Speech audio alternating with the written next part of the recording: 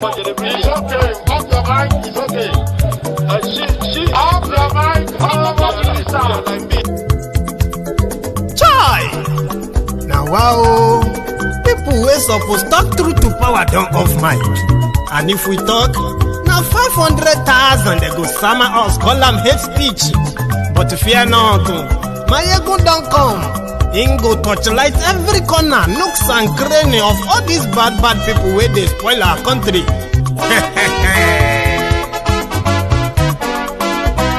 So my people make we laugh, Maiyegun don't come, my people make we shout, Maiyegun don't come, Maiyegun don't come, man of the masses, Maiyegun don't come, Maiyegun diary Politico, Maiyegun don't come, this one not the off in mind, Maiyegun don't come, and in the touchlight every corner, Maiyegun don't come. Okay, some people be they holla say they want the power. Chai, them be promise us say we go get light and power. Them hustle sote they can't get the power. But now they know they do anything with the power.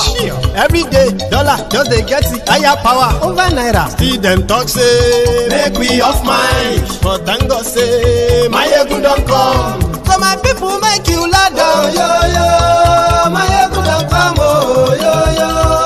my people make we shout, Maiyegun don't come, Maiyegun don't come, man of the masses, Maiyegun don't come, Maiyegun diary Politico, Maiyegun don't come, this one not the off in mind, Maiyegun don't come, person where they do even no one make person talk.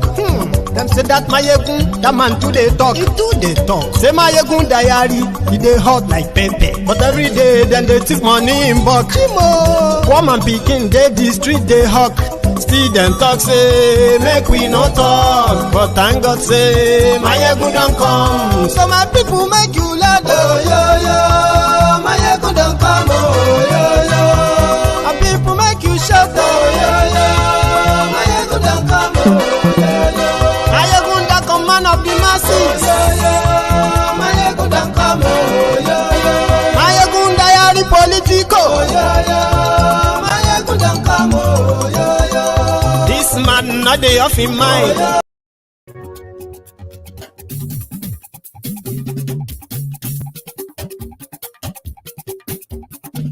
Maiyegun làwa mọ̀ làmọ̀ dódódódó. Hello there.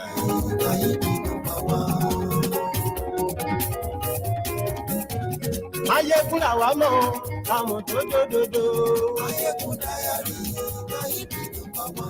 Maiyegun ti dé o, ọ̀rẹ́ ará ìlú. Congratulations, Arewa. My Arewa followers, my northern disciple members or brethren of the Temple of Truth, even though if you like or you don't like me, I will still wish you a congratulations.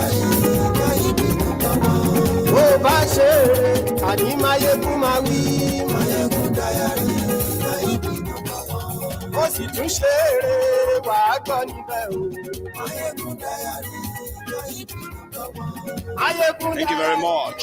Share this broadcast and to you. Good morning to you, good afternoon to you, and good evening to you from wherever you are watching from. And this is Maiyegun live.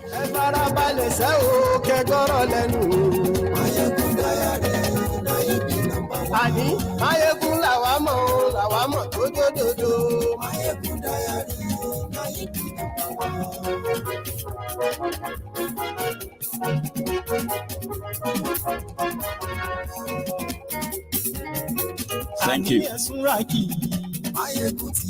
Yeah. Thank you so much for joining me.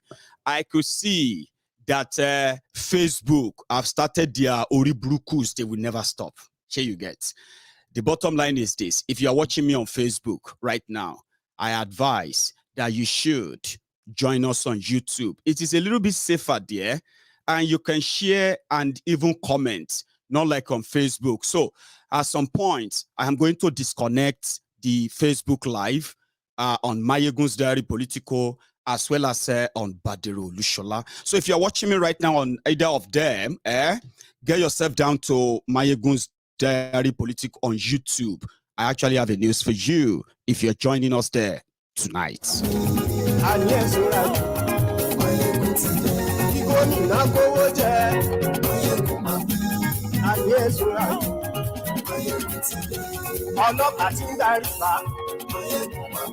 Congratulations is what we are going to use to start this broadcast tonight. And at the same time, it is also going to be a segment where I am going to take you, along a short history class. I mean, I never thought of that, but yeah, I'll give it that title. A short history of Nigeria oil war. The oil war that kickstarted, the oil war that will start later, which stopped the first armed terrorists who carried out what they called a revenge coup in 1966, when these young northern soldiers struck and unleashed mayhem that ended the First Republic and finally, forced this one Nigeria on all of us. When they overthrew Ironsi and killed all the Igbo leaders they could see and kill, what did they do? They returned back to the north and decided they were breaking away from Nigeria. Oil changed their mind. When Biafrans said they were leaving Nigeria, they were done. We are going to have our own country. Biafra, Ojukwu, Gowon, they met in Aburi in Ghana, discussed all the gray areas of how Biafra would have to become autonomous region before they become a country, something that gives them total control over Biafra, giving Biafra land back to the Biafrans. Then Gowon agreed. They signed. They shared the cake. They shared drink. Everyone was happy. There would be no war. When Gowon got back to Nigeria, and they reminded him why northern Nigeria is still part of Nigeria today. Why? Because of the oil. If Biafra goes, they will take the oil. What will be our own fate? What will be our future? Now that we know what we could become, now that we have the power to decide, to do and undo. So when Gowon met with them, he tore the agreements and started and prepared Nigeria for war against the eastern part of Nigeria. He tore the gentleman's agreement that could have prevented the death of over 6 million people in a space of 30 months or so, or 3 years rather, because of oil. Yeah? And immediately they managed, and mind you, when the war started, Biafra and the people of Biafra, they were on the best advantageous side position. Why? Because of the oil. There were countries who actually showed so much interest in supporting Biafra and doing all of that because of the oil. But do you know how the whole thing changed? Yes, the oil was there. Nigeria was no longer controlling the oil. Biafra owns the oil. But how do you get the oil out of Biafra land without passing through the waters, international waters, which Nigeria is part of? That became a total wrong business. Even British, they supported the Biafra from the on-go. They were so kind, they were pretending to be neutral. But when their companies are no longer able to take the oil out of Nigeria or out of Biafra, they switch side because of the oil. Ladies and gentlemen, today, the 22nd of November, 2022, Muhammadu Buhari has delivered an historic win to the people of northern Nigeria, the Arewas. Now you have the oil, and there are prospects that you're going to see more. Would you agree with me now that it is almost time, overdue, to change that narrative? Nigeria unity is not negotiable. Now it will be negotiable. And you are going to lead the negotiation. Their actions, their inactions, the innocent blood spilled over time. Finally, you have the black gold. Once again, ladies and gentlemen, can you please share this broadcast and invite your friends and not so friendly friends as we get down into this tonight.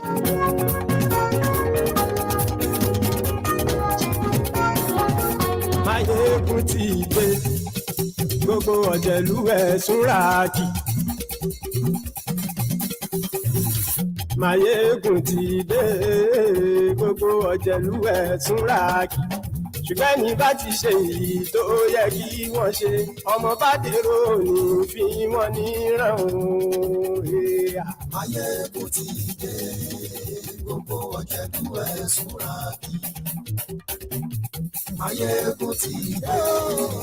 Bayelsa belongs to Jigawa. The oil in Delta belongs to Jigawa. As long, yes, because we are called Nigeria today. So that's what I'm telling you. The oil belongs to us all. And we as Nigerians shall do everything possible to make sure we take that oil so that a lot of people will have the oil as well. Will have the money of the oil. Anybody who thinks the oil of Bayelsa belongs to only Bayelsa is just deceiving himself. As long as we are in Nigeria, we will make sure that we have uninterrupted supply of oil so that there will be uninterrupted supply of money to Jigawa State. As long as we are called Nigeria. Of course we are not the same people. We have to understand that, look, I am a Fulani man, and Ijo is different, Yoruba is different, but then God has made us to stay together. So why can't we attempt to stay together? And I honestly do not mind, even if we're going pathways, let's sit on the table, around the table, and agree that, look, that oil of Bayelsa, Jigawa cannot have a share. No way. You know, I don't mind us talking like that. But as of today, that oil, we shall do everything within our means, everything with our blood, to defend our oil in Bayelsa. We will do everything possible to defend that oil in Bayelsa. It belongs to Jigawa State as well. You know, so that's what I want them to understand. This country fought civil war, and that's probably why we are still together. And anybody who threatened, unless if we are defeated, then we can leave the oil. But if anybody threatens the flow of oil, we shall fight and make sure oil flows. Ijo oil, Bayelsa oil belongs to Jigawa people. And we shall do everything possible to defend our oil in Bayelsa. Because God put our oil in Bayelsa, just like God has put the resources of Bayelsa in Jigawa. Bayelsa belongs to Jigawa. The oil in Delta belongs to Jigawa. As long, yes, because we are called Nigeria today. So that's what I'm telling you. The oil belongs to us all. And we as Nigerians shall do everything possible to make sure we take that oil so that a lot of people will have the oil as well. Will have the money of the oil.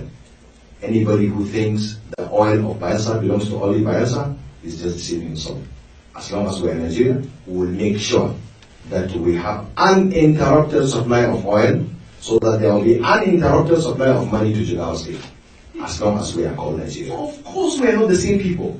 We have to understand that, look, I am a Fulani man, and Ijo is different, Yoruba is different, but then God has made us to stay together.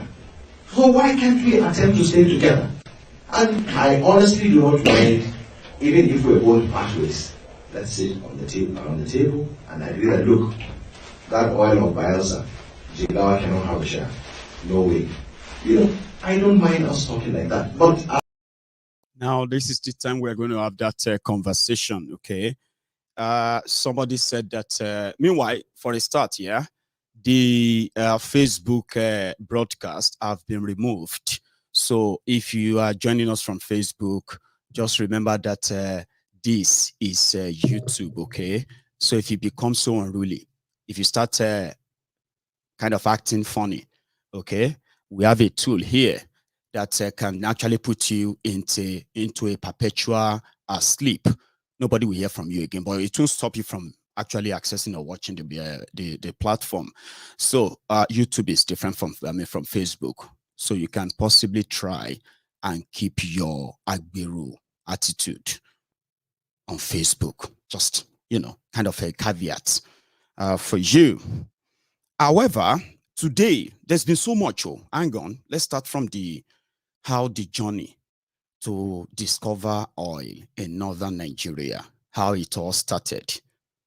Buhari invested over $3 billion. Are you with me? $3 billion looking for oil in northern Nigeria. At first, I think about 2 years ago, they said that they found water instead of oil. However, 2 years or so after, 2022, now they found oil, but with some data, they said they found the oil that is up to 1 billion barrels. Sure, you get like 1 billion barrels deposited. Wow. That, and they also said it is just a start. So today, Gombe and Bauchi have oil fields, 2 oil fields that will begin to extract crude oil. So there is a prospect for more, to see more. But to prove to the rest of the world and even northern Nigeria that they could possibly do without the rest of Nigeria, as in, you know, the oil in the southern part of Nigeria has been the mainstay of Nigeria economy, forex earning, so to say. And it has been so mismanaged that the owners of the oil have not benefited. The northern elite that are sharing these oil blocks for themselves, their own people have not also benefited. It has benefited the thieving elite, Politico, and the rest of them in Nigeria. It has been like that. And most of the time, the bragging right of an average northerner is that no matter how educated you are as a southerner,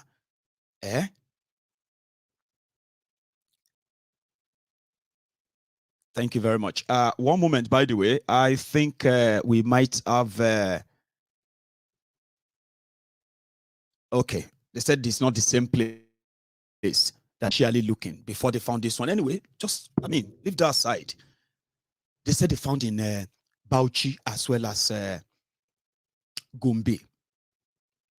So, one of the bragging rights of an average northerner is that the owners of the oil, they can scream, they can shout, they can, you know what I mean? Yet they will never, ever be in control of it as long as Nigeria exists. And the other day, the governor of Zamfara was on, doing a press conference, world press conference, signing a deal with a Chinese company or a Chinese bank or something that they are going to be exporting their gold. Zamfara gold belongs to Zamfara. And most of the time people have been saying, if Zamfara gold belongs to Zamfara, then Bayelsa oil should belong to Bayelsa, right? Anyway, they have found oil.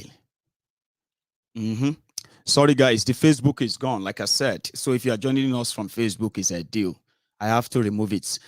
We had a lot of people joining. Then just within 5, 10, 15 seconds, right? The number started dropping and dropping so fast. And I know what that means, okay? because 99% of those who are my followers on Facebook have been denied the opportunity of receiving notification that Maiyegun is live. Those who receive the notification are not allowed to either share, like, or even comment, to the point that it is pointless when you can't do anything or react to, to what I mean. So they did that on purpose. But tonight, they deliberately kind of turn on their robots to cut everything down, which is all right. We'll be fine on YouTube. So we are just on YouTube now, nowhere else. Okay, well, we are also on, I'm also on Twitter. If you're watching me live on Twitter, just look for at Maiyegun's Diary as well. Well, anyway, if you are here, that means you are on the right platform where this is indeed still live. So they've discovered oil, which simply means even though oil is not the main reason why people are asking, right, for the imbalance, the fraudulent structure of Nigeria should be discussed, reviewed, and more reason why restructuring. Now, let's talk about that. You see, those who have sold the bobo of restructuring in the past, who have been so honest with what they wanted, the northern Nigeria that shut that down, they shut that down for for one reason and one reason only, because of oil and the money from oil. Because in Nigeria, yeah, the federal government controlled by the northern Nigeria actually controls the sales of that oil. So whatever they tell you they sold is what they sold, right? Which simply means that when they are now declaring anything, and they have to like share the money among the 36 states of Nigeria. So that money is what more than 28 states in Nigeria relied on.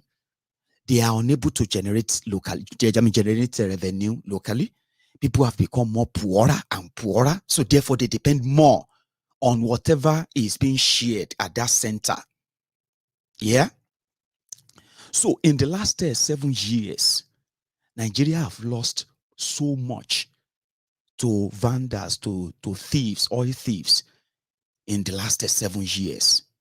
And somehow, that itself is also kind of shrinking, which means that the revenue itself is shrinking. But nevertheless, majority of them still relied on it. So if you restructure Nigeria, what that simply means is you will stop that kill and go, kill and share attitude. Do you get that now? You will stop that. And restructuring Nigeria is not just about having your region or what have you. It is taking control of everything that is there in that your region to your own use and for your own benefit. There are so much all over Nigeria that the sweet oil money that the criminal politicians past and present have been so used to, have become so blind to them. So which simply means that single oil that has created so much corruption and bloodbath, and this underdevelopment, right, has blinded, or sort of to say, has created more underdevelopment in the areas that people could have discovered if there was no oil. So Eastern Nigeria, Western Nigeria, Northern Nigeria, they all have oil now. So I want to discuss restructuring. Maybe at this time, they can now feel like, well, it's balanced. In what ways? They have the land, vast land to grow every food or any kind of food they want, or rear any kind of animal they want. Now they have the oil that could indeed help them develop those things without having to share that with anyone, like everyone has been sharing them all this while. And a restructured Nigeria simply means there will be no free money anymore from anywhere. You have to kill what you eat. You have to grow what you eat. You have to live within your means. Because others at the time, others have oil. They don't. That would be like unfair to them for you, Southern Nigeria, to go away with all of that. So if there's anything like Buhari has done in the last 7 years to show to all of us where we belong, that there is no one Nigeria. What you have is many Nigerias. And we know that has always been the case, but he managed to make that official for us. So to many of you who have clung on to this fraud, one Nigeria, Buhari has managed to give us the timeline that we are all living on a borrowed time, a forced union of people who don't really want to be with themselves. The expiring date of that is coming to be, and good enough. This is happening a little bit in the lifetime of those who were the foundational member of this ruin that we are experiencing today. Now, let me make it clearer, better to you. Nigeria is a forced, fraudulent union, and it is only being kept alive or together by the greed of the elite in that place, including the political elite. Now, their greed and selfishness, power mongering has managed to create, instead of uniting the country, it has created more poverty, suspicion, hatred, inequality, and so many other vices that can show to you that we are just living on a borrowed time. And the reason why they are still clinging on to it is because most of what they live on, most of what Nigeria existed on, are based mostly in one region. Now that is no longer the case. The old guards who brought us to this stage, somehow in their lifetime, they are balancing the equation. Or you, the younger generation, who never witnessed the time of, you never witnessed what your own forebearers signed up for. They signed up for independence region in Nigeria. They didn't sign up for one Nigeria to start with. One Nigeria started after the people who felt like we shouldn't be together anymore. In fact, we shouldn't even be a country. We should break up right away. The revenge coupists, which Buhari was one of them, right? So they forced this one Nigeria, and they maintained it and said it is not negotiable. It's not, you can't discuss it. Now, you, the younger generation, in your lifetime, they are now making you see why you must discuss it, why you must demand it. And now, if indeed you care, if I care, if you care at this time, you can see the picture clearer now. Some said that what they found in northern Nigeria is just a fluke. I would have agreed with you, but it won't do us any good in this conversation. Yeah, it won't. The reason is this. In Yoruba land, there is a saying that a child that followed his father to the farm. So they were working on the farm, and he told his father, I just found a snail. And his father said, wow, keep it. When we get back home, you will use it to pay sacrifice to your creator. Child kept the snail. Well, the father believed that the child kept the snail. And it wasn't long after that, he screamed again, I found another one, a big one. Then his father responded, your creator, your Ori, must really, really be behind you. Right? Keep the bigger snail. We will use it as a sacrifice, to your own creator. Now, when they go home, later in the night, the father called the child. My son, come here. Can you please bring out the snails you found when we were on the farm earlier today? And the child laughed and he said, my father, I was actually playing with you. I was just fooling you that I found snails. I didn't find any snail. The father looked at the child and said, well, you didn't fool me. You fooled your creator. So that narrative is what I'm going to use to say Let's leave that, what do you call it? Conspiracy theory out of it now. Let's follow their own trail. They found oil and they have prospect to find more. They have food. An average northerner, you remember when they said they were doing food blockade to southern Nigeria as a punishment in reaction to the ban on open grazing and movement of cows in southern Nigeria. Do you remember that? And you remember what followed? It didn't have any effect on anybody. Do you remember that? Because people in southern Nigeria could grow their own food. Of late, we have been facing incessant attacks from the Fulani terrorists, invading farms, chasing and kidnapping people on their farms, and invading and ransacking and destroying farms in southern Nigeria. But nevertheless, people can still feed themselves. You know what I mean? Yeah, there will be some effect and all that. So what happened? They used that as a weapon to say, if all of you in southern Nigeria feels like you want to be ungrateful, we supply your vegetables, we supply your this, we supply your that, we supply your meat, you love partying, you do, all that stuff. And they could use that. That's something you call a weapon of war, a declaration of war. But all happened under APC, right? Because people said they want to defend themselves and they would not welcome an armed Fulani terrorists onto their farms or into their land freely, willy or so. So they use food blocks. So that means they have a lot of food. Now they have oil. They have land. They could build a dam that could, recharge the Lake Chad like Tinubu is promising them. Now there's so much on the table now. They have other things. They've got gold. They've got so many other natural resources. And they have Sharia, a place where nobody would dare insult the prophet.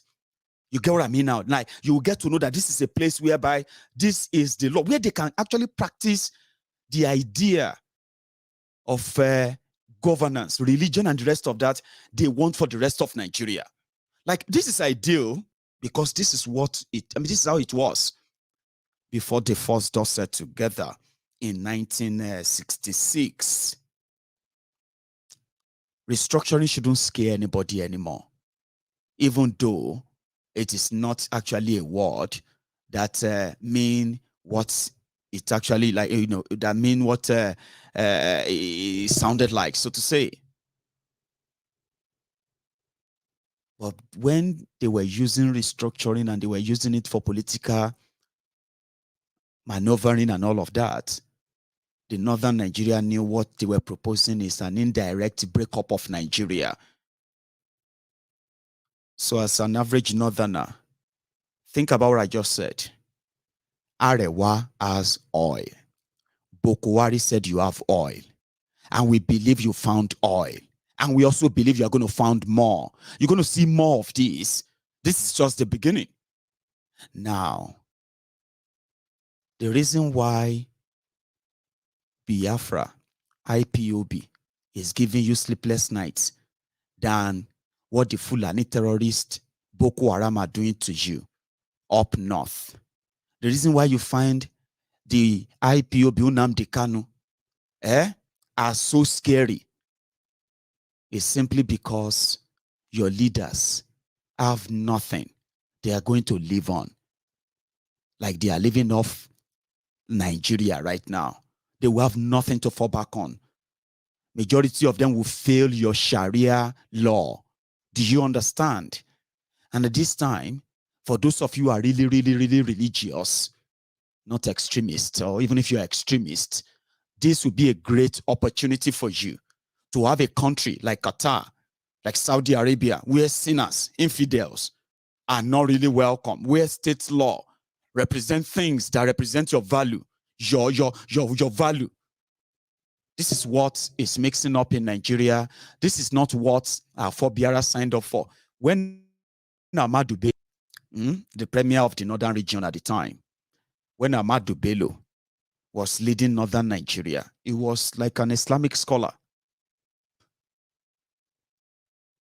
Sorry, I am sorry if comprehension is a problem for you, okay? whatever you hear me say, yeah, is what I say. And how you see it or how you interpret it is yours, okay? I am not going to talk to you like I'm talking to a 5-year-old or talking to the 5-year-olds, okay? So if you hear anything from my mouth, right, you can give it any interpretation you like. Do you understand? Better. So, looking at it as a northerner, it is more like if it is not selfishness, right? This could be a golden opportunity, indeed, to experience what your forebearers actually signed up for before the terrorists in uniform disrupted everything in 1966. Now, all the hatred, the reason why you feel like you have to be so careful as a northerner right now, to be careful of a southerner from any part of the south, like to be careful of a Biafran, is because the criminals who interrupted and disrupted the regional system that would have made it kind of a worryless thing for you that anybody from any region is trying to take over any part of your land or anything of your life, because you have a total control. That was what your forebearers signed up for. And that was what the Buhari and co disrupted in 1966. And you as a southerner, here we go. One of the things that we have suffered as a people, are you with me? One of the things we have suffered as a people from southern Nigeria, especially young people, is that they have removed history from our own curriculum. In Nigeria, you don't have them. Now I heard that some Yoruba states are beginning to reintroduce history back into your schools, the doctored history. Nevertheless, I am opportuned to live in between when things began degenerating to when they actually got worse, the 80s. And as Southerners, as Yorubas, in fact, as Yorubas, we used to read about how the First Republic of a Western region legislated on things that were primarily concerning, and like I say primarily, touching our different lives, and the derivatives from this, or let me say the source of sponsoring and promoting such policies came from what we have, our resources, the people, and the natural resources of the Yoruba land. So administratively, Yoruba land was carved in a way that there was no single part of Yoruba land, or let me say, there was no single part of a Western region at the time, right, that today we tell you did not feel the impact of 1954 to 1963 Western region government of Nigeria, the people of Yoruba land. Now, how were they able to do all of that? They were able to, at least, number one, they won't lie to themselves. There was no political gain in, falsifying figures if you really want to help the people.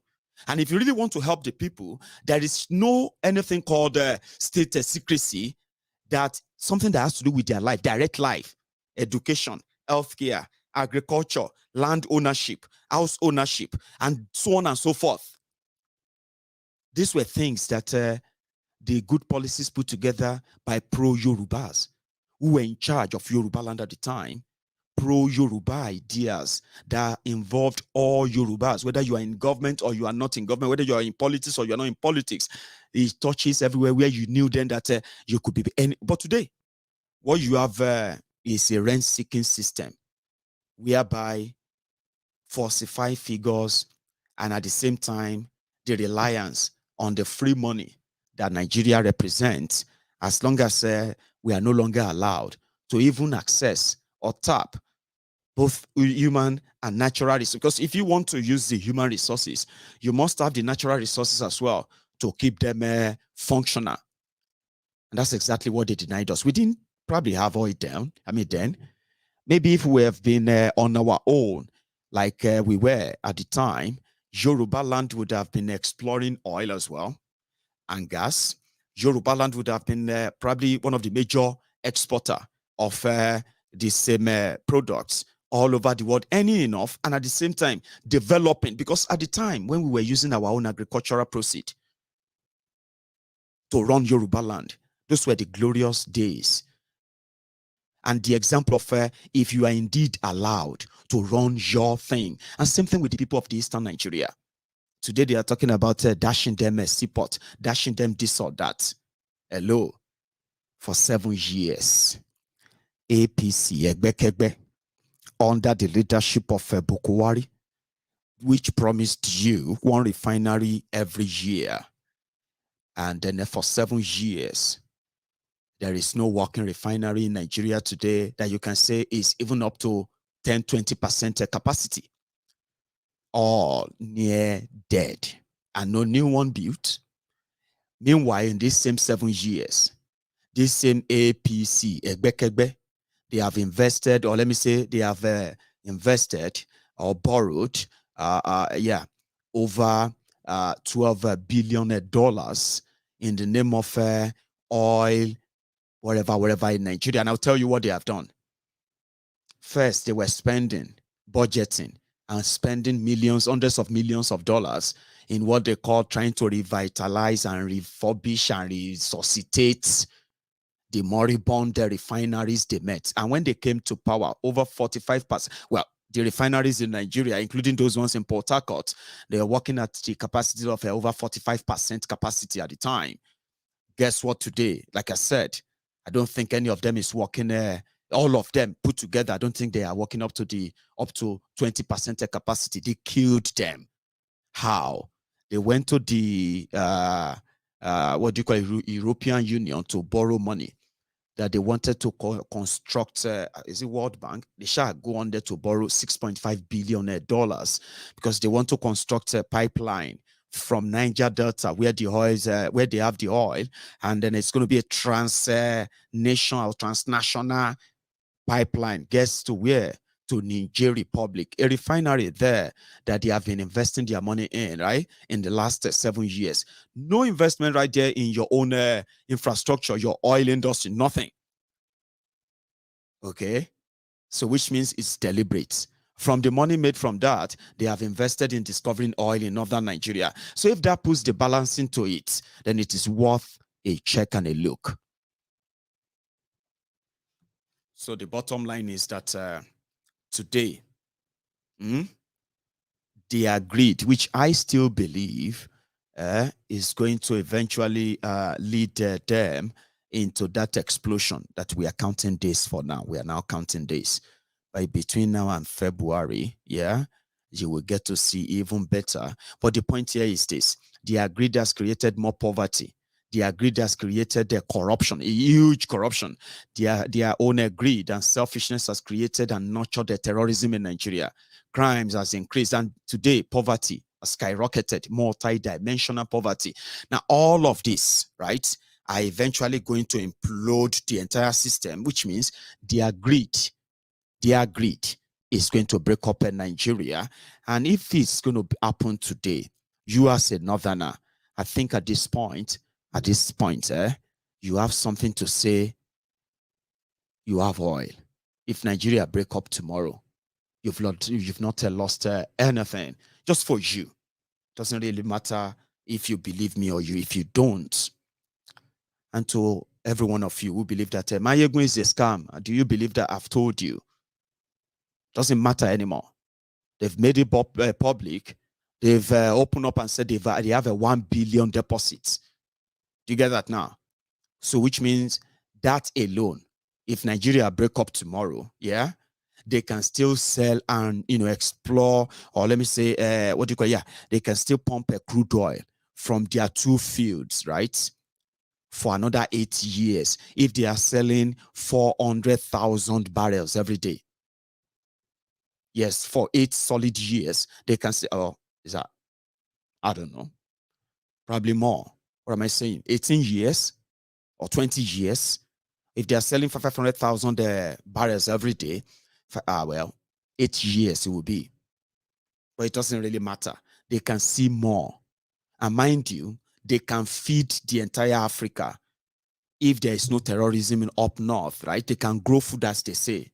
So all of this gives them an opportunity to actually look to the future, not looking into the present anymore. So the fear of if Nigeria is going to break, you are going to fight war, will become unnecessary in the next few months and few years to come. And guess what? It is ideal to begin to prepare for that as a southerner yourself. Now, they were there today in Bauchi. Just a glimpse.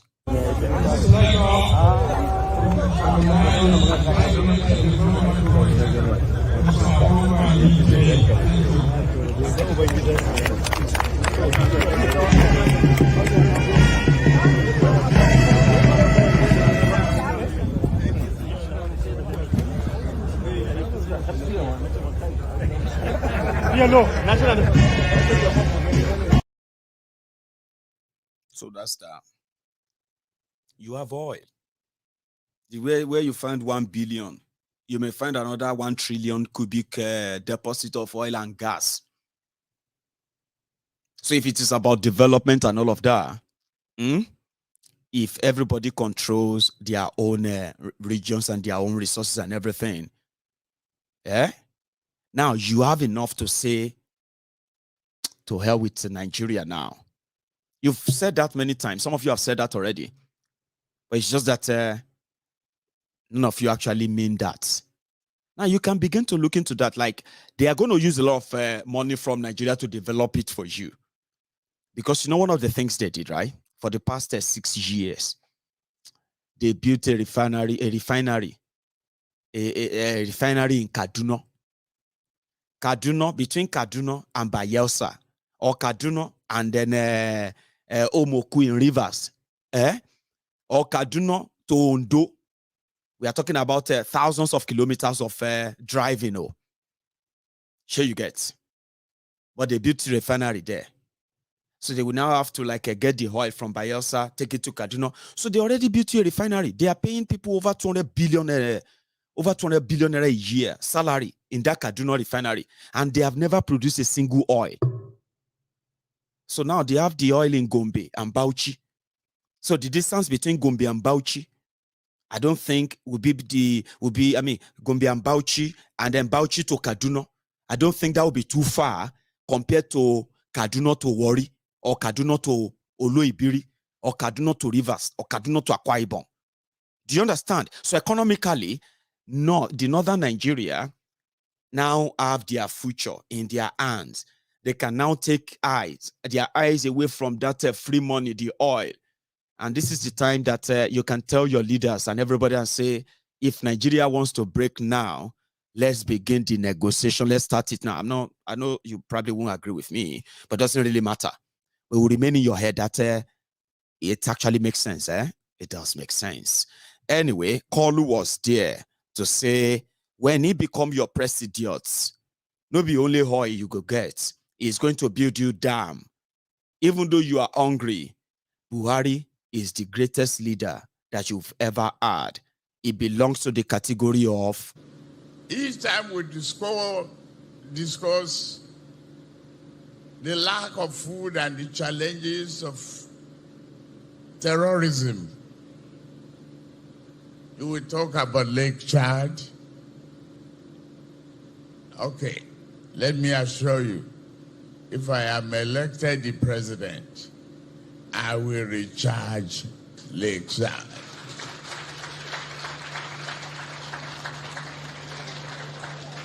You often talk about Mambila and the electricity. What a problem we have. Even though you are not within the parameters of arithmetic,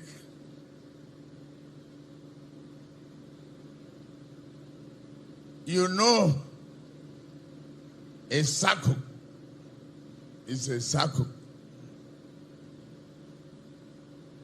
And once drawn, you have to break it in different ways. You didn't look. You are not a backward person who look back at the history of disappointment and failures. You are always forward-looking.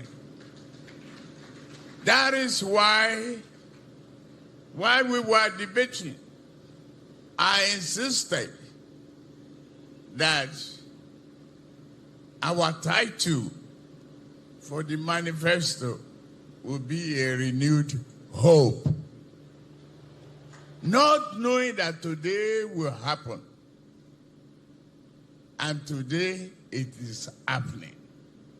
It's a renewed hope for the entire Nigerian Federal Republic of the country. Let me assure you, I will continue to hold on to that renewed hope and carry forward where you left the footprint. That's Kolu. It's promising that he's likely going to do that for you, for the Federal Republic of the country, the people of the Federal Republic of the country. Anyway, is a choice, they will say, yeah? There is something I'm going to try and bring up in a moment as well. Just give me a sec.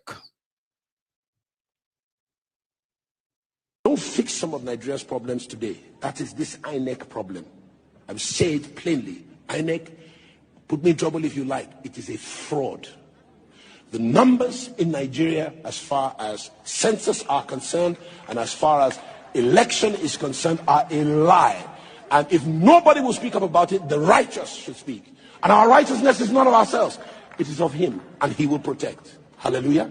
It is important. It is skewed now so that where the numbers are not properly reflected in our voting. This is the only country in West Africa where you move from the ocean to the desert and the numbers decrease, or rather they increase. The only country. It's the only country in the world where you move from a large body of water to little or no water and the numbers increase. It was not Nigerians that started it. It was the parents of Nigeria who were not good parents. They were not good parents. The man, Lord Lugard, was a devil incarnate. And what he did to this country, we are suffering it many years later, and it's time that we must tell the truth. It's time we must tell the truth. It's absolute, we must. And those of you who benefit from the system, when the judgment comes, unless you extricate yourself in the righteousness of God, that's your own problem. You understand? And I call it the day of reckoning. So when that happens, where do you think, or where do you see yourself? That's the question people would, well, somebody like myself kind of love asking. The lie is, it's sort of, it's like a veil. You know what I mean? It's like a veil is coming off. And for the for the few people who are experiencing that, will say, please don't give it up, because you probably have no idea what you are experiencing. And for this sake, thanks so much anyway for spending your evening with me so far. I have another little break quickly, just before we continue on this. A quick one. This time around, it's a conversation you probably would love to watch. And the leadership and service conversation, because we are still looking for leaders, are we not? Hello? We are looking for who will reduce the price of food, have we? Who will secure us? Who will provide jobs? Let's have that conversation. And water and power and housing. You see how we have evolved? From single foragers, all of us are now looking for somebody to carry the load. Not so? Let's go forward. So in the circumstances of our current political transition and the leadership and service conversation, it will be pertinent to speak about the choices of leadership that now lie ahead of us as a people. As we look towards making a choice, between frontline and perhaps not too frontline candidates, I find an interesting parallel between some of the frontline candidates, and I call them frontline in quotes. So you have your own views, who is frontline. I have my own views, who is frontline. So let us not disagree about frontline. But for my own frontline candidates, they were all elected as governors of different states, and they have served 8 years in the respective states, except one of them who was elevated to higher office. Solve the riddle. It will seem logical, therefore, to look at what they have done in their states and in the elevated offices that has had a national impact. Don't forget, national impact too. And if you like, something that meets the Azinge standard for qualification for grants. That is, quote, something significant, something enduring, something practical, and something impactful. Is that not the Azinge standard? It seems to me that only one candidate will meet the Azinge standard. When we look at the work of the frontline candidates as qualifications for choosing them in the next general elections. So this candidate championed the first ever state government bond for infrastructure. This candidate was the first to enact a state internal revenue service agency law to boost internal revenue generation, which many states have now adopted and applied. This candidate also pioneered the reform of outdoor advertising through state legislation to create outdoor advertising agencies. This has been replicated in many states. I was privy to a very good lecture here today. This lecture was conspicuous as well as much as it was interesting. We heard about the bridges, the 52% reduction in time. However, it is so interesting that we didn't hear about the 8 months ASU strike.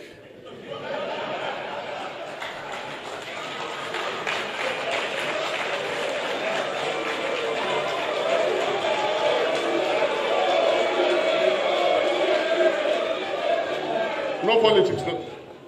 Fashola is my boss.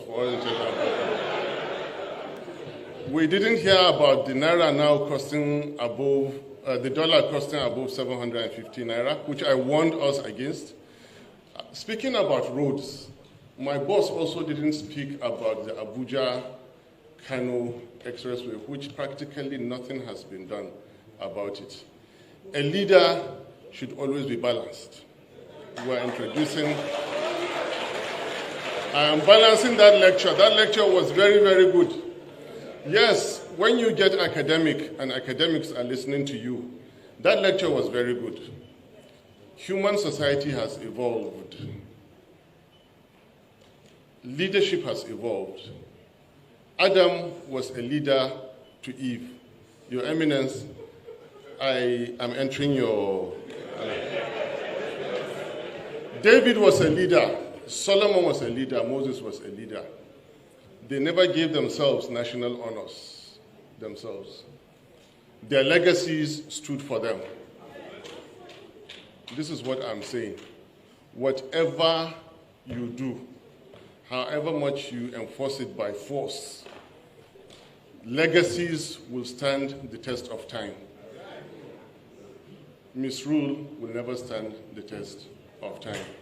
We have had leaders from time immemorial, 4,000 years, 2,000 years, 1,600 years.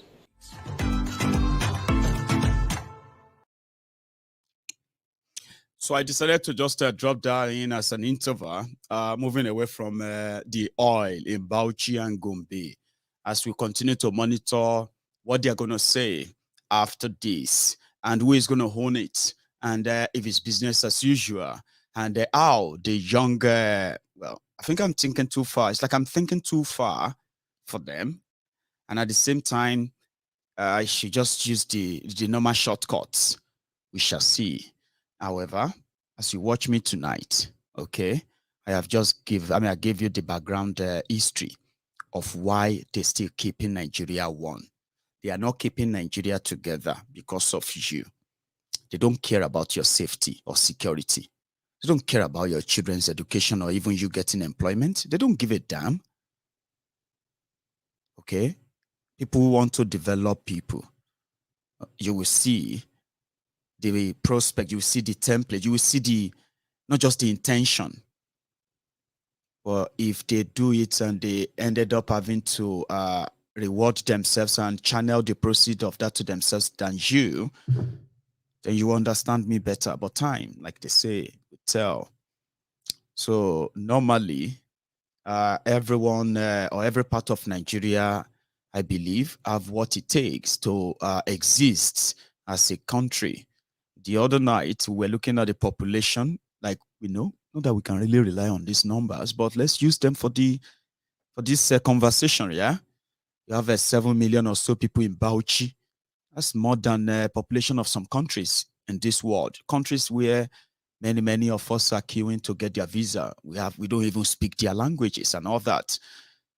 And then if you look around you see that they have what it takes to exist. If you remove all the cankerworms, the scavengers, the opportunists that exist in their everyday life, they call them leaders. We call them thieves. So the opportunity is there. So you as an average northerner can easily ask and question what you have been told before.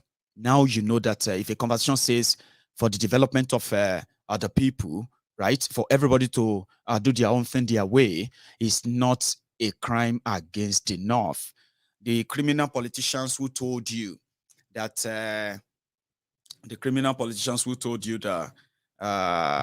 banning open grazing in southern Nigeria is against the North.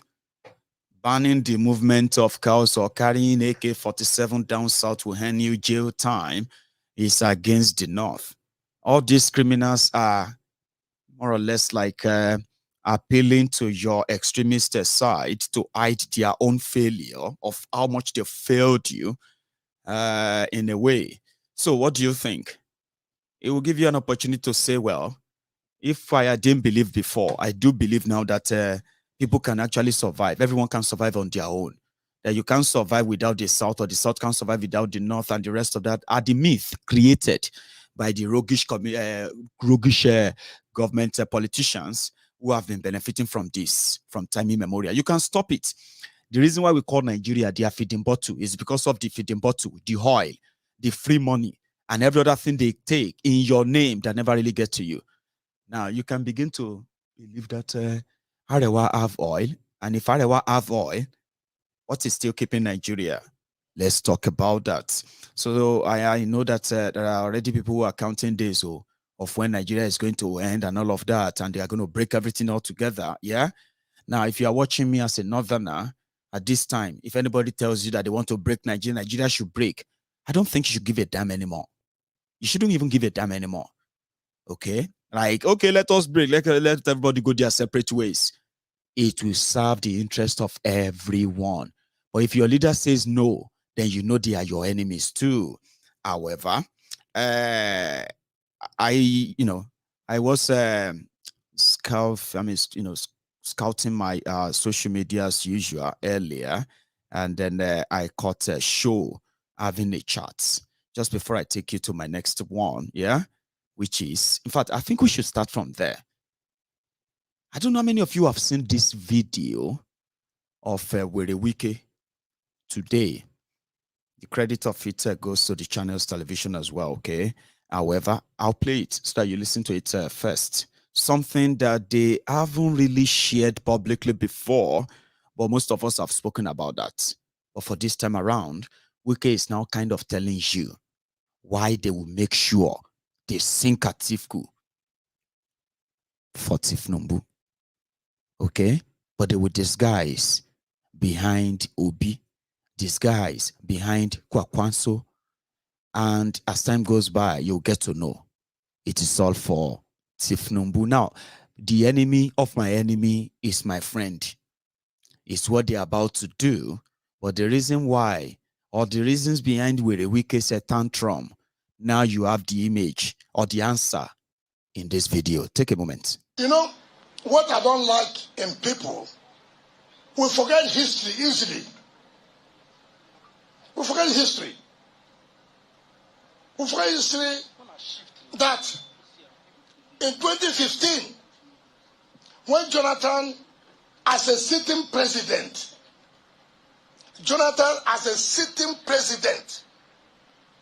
I'm not talking as a Cuba, as a presidential candidate. I'm saying as a sitting president. When he had won his primaries, people forget history. Jonathan went to London, in Dorchester Hotel. He went to plead with this presidential candidate today, Atiku Abubakar. Say, please, my brother, come back to the party and support me. You know the condition they gave to Jonathan?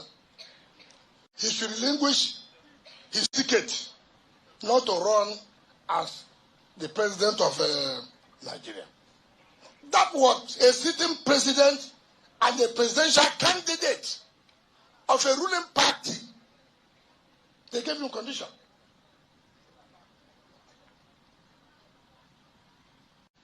Telling him to relinquish that ticket for him not to run. So when I see some people running around talking rubbish, they forget history easily. Today, we are not saying the presidential candidate should relinquish the ticket. We are not being selfish. We are saying since we are not the presidential candidate, let our people take chairmanship. They said they will kill me. Is it possible?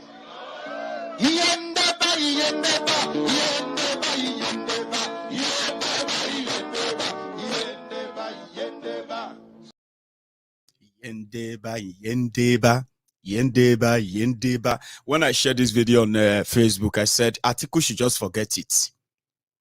Because now, even if they are looking for reconciliation or no reconciliation or whatever it is, he should just forget this whole thing. I mean, I don't know. Well, I don't know. Because it's now obvious that with the wiki asking you to go, and the rest is because he just didn't want to make it look like Atiku should relinquish his tickets. So why is this happening? Because of the control, or of who controls the oil, the money, the resources of Nigeria, who shares it. And since these your northern elites, northern criminal politicians in different parties are so fixated to power, they want power. They have been having it for the past, Nigeria is 62 years, Abi. Out of 62 years, northern Nigeria, or somebody from northern Nigeria, been in charge of Nigeria one time or another. They have been in charge, northern Nigeria have ruled Nigeria for over 45 years of 62 years. Do you understand that? And yet, the only thing they have given back to northern Nigeria is to make sure that more than 80% of the people of northern Nigeria were groomed and are still being groomed to live and depend on what they can get from Nigeria. I'll tell you, there are so many people who are getting paid. Their names appear as local government workers, teachers, this or that, in different parts of local government areas in northern Nigeria. There are no offices, there are no jobs like that. These are people who have just put them there like people collecting what you call government aid. But they just put a name to say they are working, they are getting promoted. And this has been in place for ages. Others who can try and read and write a little, no matter, they can then go into politics. Traditionally, they can live off whatever they get from that, because once somebody goes into that politics, even if it's just a councillor, it will have like another 1,000 people that would depend on him on their daily feed. Do you understand? The Bambi Allah, Kajiriabo, Bambi Allah stuff. This is how they practice the incubation, the breeding of the weaponized poverty. You know, breeding of the people or weaponizing poverty on the people for a period like this. So it is like that hierarchical. A local government chairman, when they send somebody to be their local government chairman, it doesn't see, he is not sent there to perform any magic that will take care of a number of people. His house become the maker of sorts for many of the poor people in that community. That is the government touching their lives. That's what they see that as you know. So in the other word, the categories like that goes on and on and on like that. So whatever they now give to them, if they construct road, if they build schools, if they do anything, it was more or less like a zakat. That big man is giving them zakat. These days, they are claiming to be opening their eyes and they are becoming wiser and wiser and all of that. But it is not true. Generally, it's not. Yes, more people are saying they are speaking up today, but it doesn't mean that that has changed the practice. So it's the way. There are those who are getting paid. They don't even live in their states. They are collecting salary because when they were there, before they moved to somewhere else, moved to Lagos or moved to anywhere, they were collecting that free money every month. They just need to go to the local government, the last Thursday of the month and sign and say, I came here. And then they get paid. Millions of them are put on that payroll up north. It's not about developing. It's not about education. It's not about investing in them and all of that stuff. No, it's about making sure that once you become that rep, or once you become that representative for them, you are willing to take the responsibility of, you know what I mean? Which is a sad, is very, very sad and sad thing. They got the power many years, and it doesn't reflect, it has never reflected in the lives of the people there. Just same way, the 17 years that Southern Nigeria ruled Nigeria, it hasn't reflected in the lives of the people of Southern Nigeria. Thank God for the traditional foundation that we had, and that was, we must get education. Education is not haram with us. Innovation is not haram. You know what I mean? Being creative is not haram. All these things that makes you competitive is not haram. And speaking out is not haram to us. You don't get killed or stoned to death for speaking out your mind, even against any religion or any prophet. So that's this now, bro, what you can call the culture clash, if you have to say the South and the North.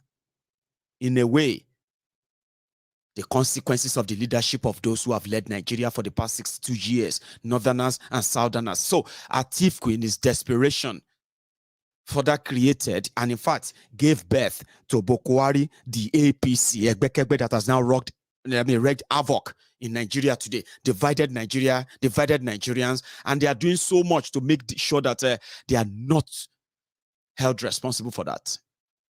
So all of this, in a nutshell, all of this, in a way, to Wike, he now has something to fight for. I'm fighting for the South. He's not fighting for any South. He's fighting for his own political survival. Just like some of us in Yoruba land who understand the history of the of the cultural, political, politics of that, of when we were growing up.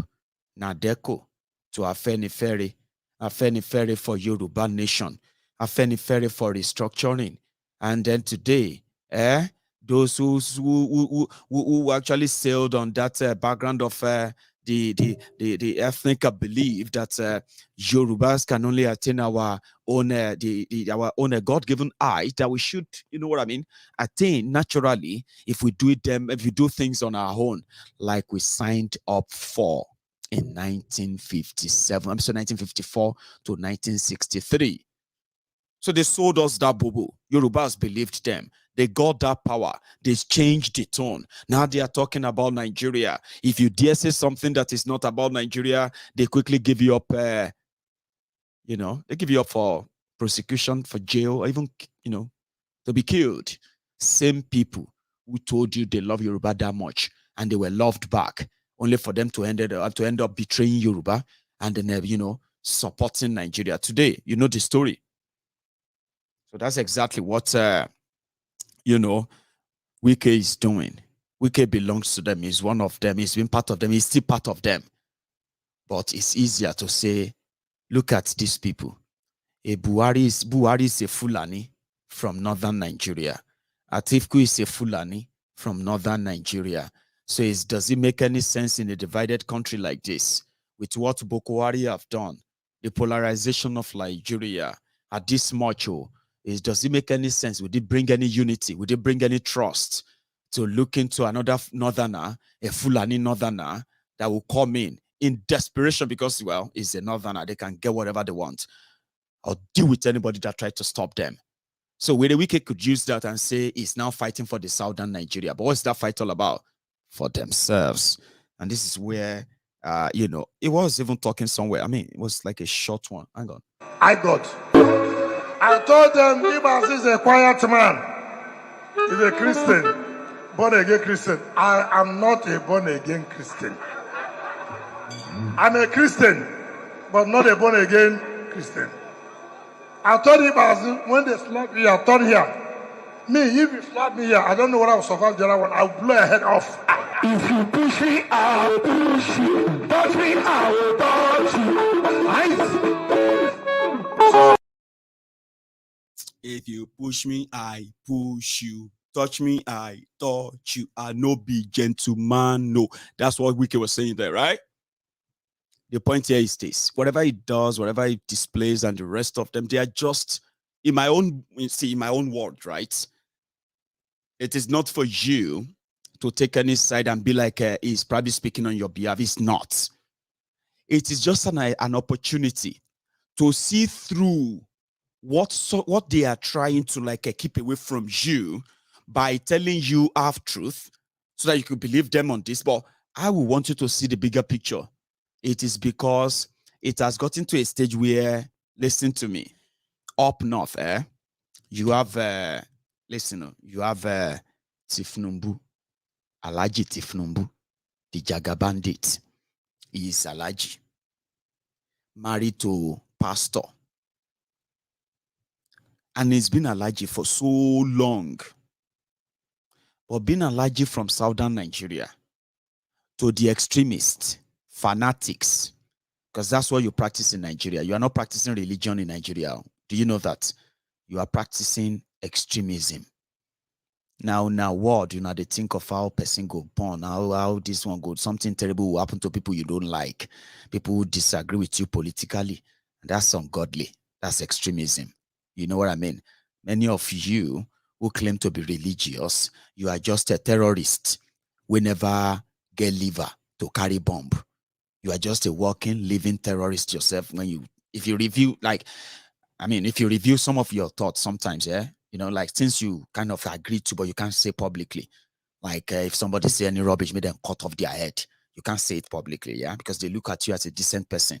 But somehow, or if somebody abuse your pastor, may turn the fire and tear him, or make that person run mad because of saying something about your pastor. All those things are extremists or extreme thinking of an extremist. So you're an extremist, terrorist. We just never carry bomb, but you go get there. You get what I mean? They say now from gossiping, person they graduate to wish and witchcraft. So now say the people again, extremism that you are practicing in Nigeria. But whatever that comes to anyway, where the Wike is being honest. Listen, I'm a Christian. I'm not a born again. If you blow me, I blow you. If you touch me, I touch you.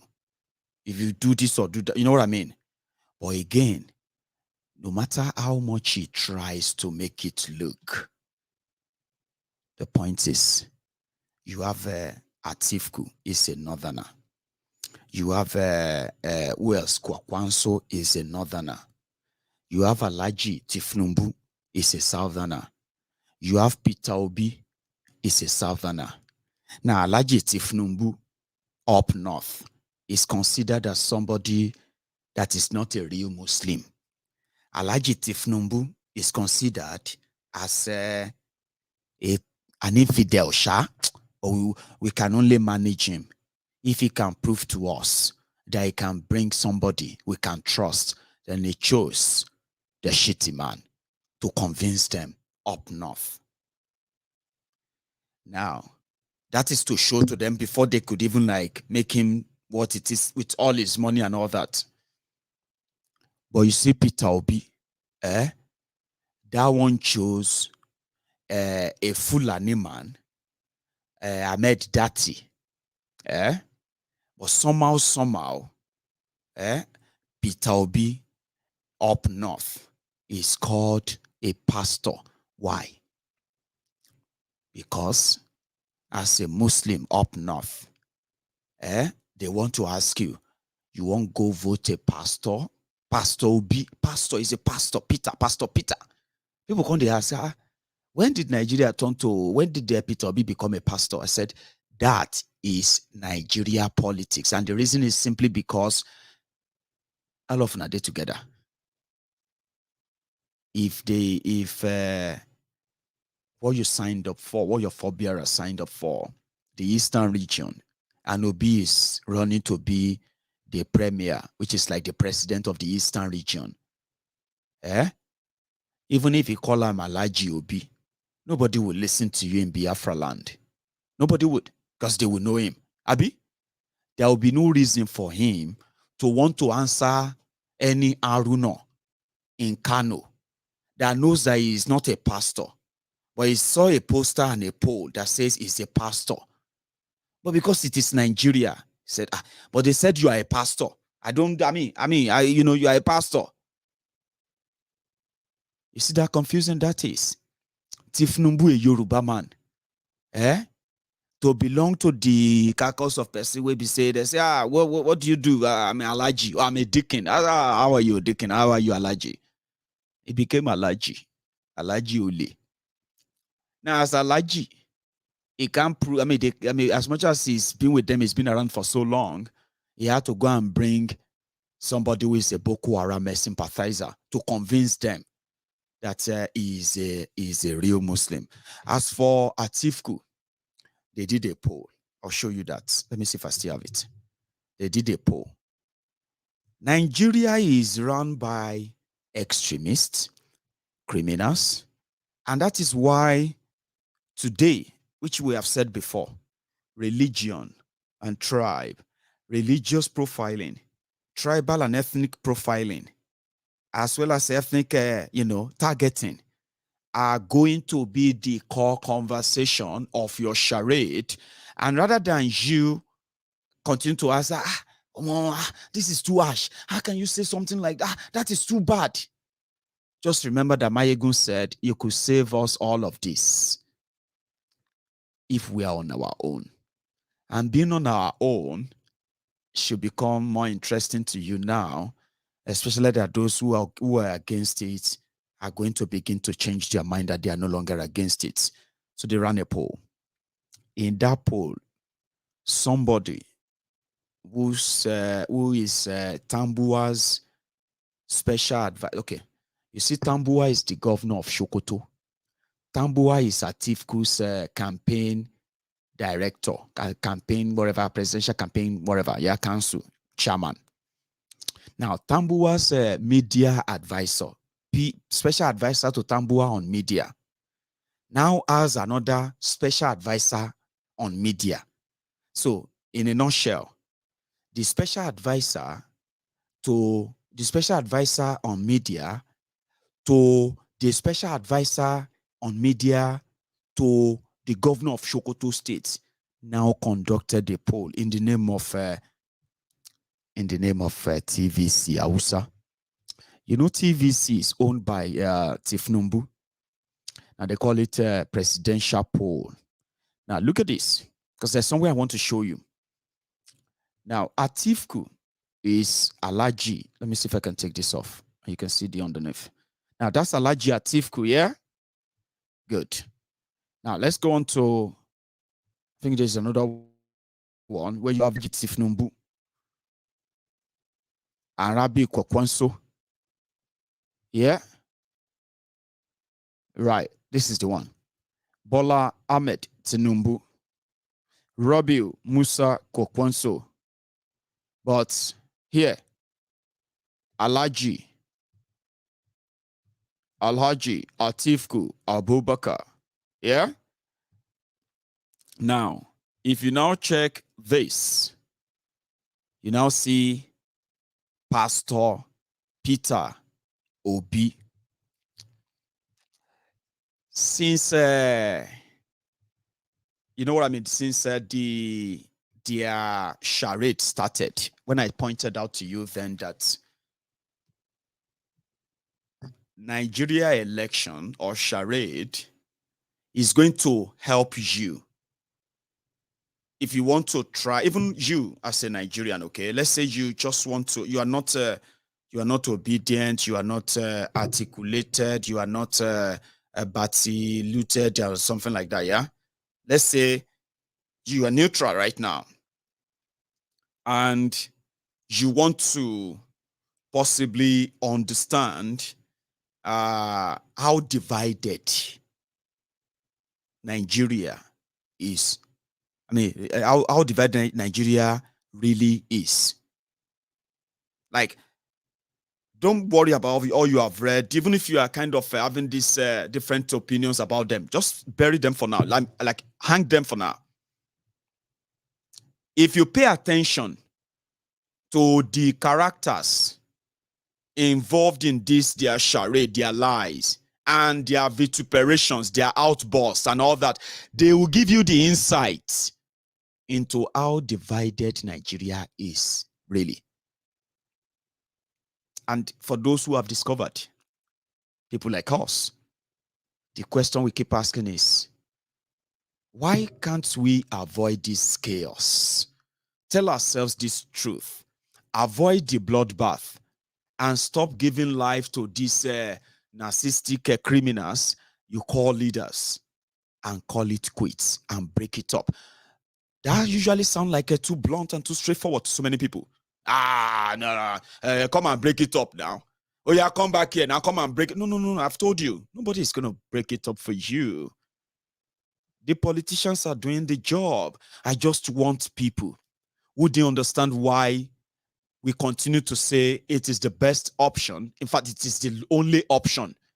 You can try all you want for now. You can keep extending it for all you like, but trust me, it is coming to pass, and it is coming to pass sooner than you can imagine. And nobody is coming to do it.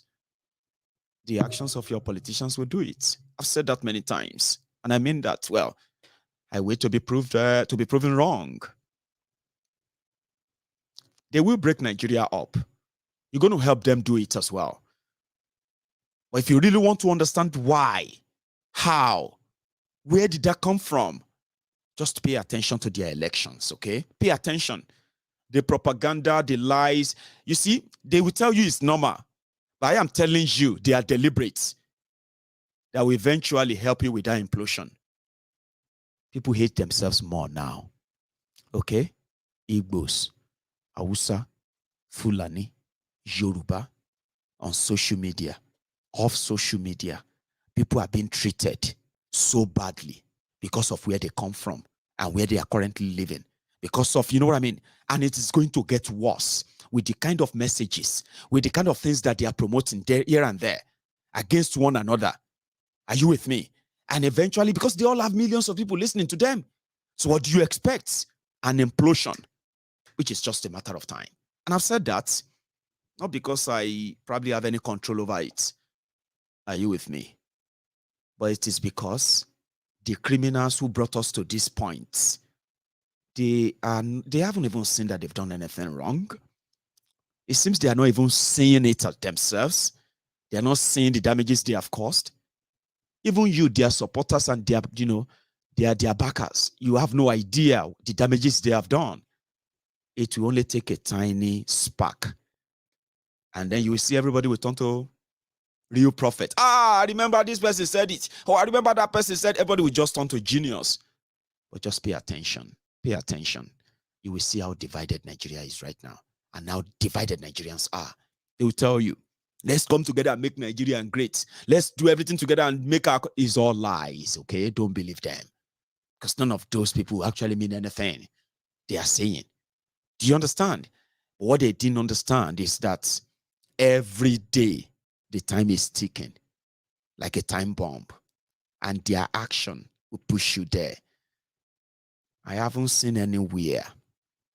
In all sincerity, if you have seen, please tell me. We have Yoruba Nation campaigners.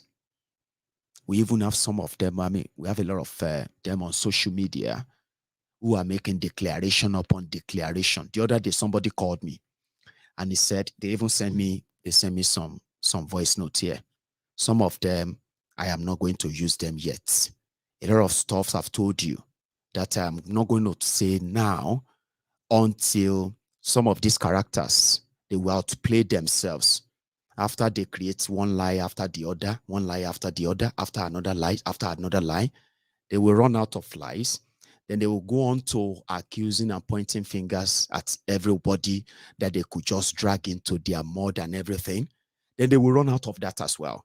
When they are finally done, they will be outed. And when I say outed, it's just a matter of time. Somebody said, Maiyegun, are you aware that we are supposed to declare, our leaders are supposed to declare Yoruba Nation this month? I said, no, I am not aware. He said, because there's going to be a problem. I said, why? What's the problem? He said, the plan that they gave to them was that everything is sorted. All they have to do is just to bring out millions of people, take over the Third Mainland Bridge, take over the airport in Lagos, take over this or that and go, that stuff. And then, you know what I mean? That's it. But when they now called the leaders and said, what is delaying us? What is keeping us?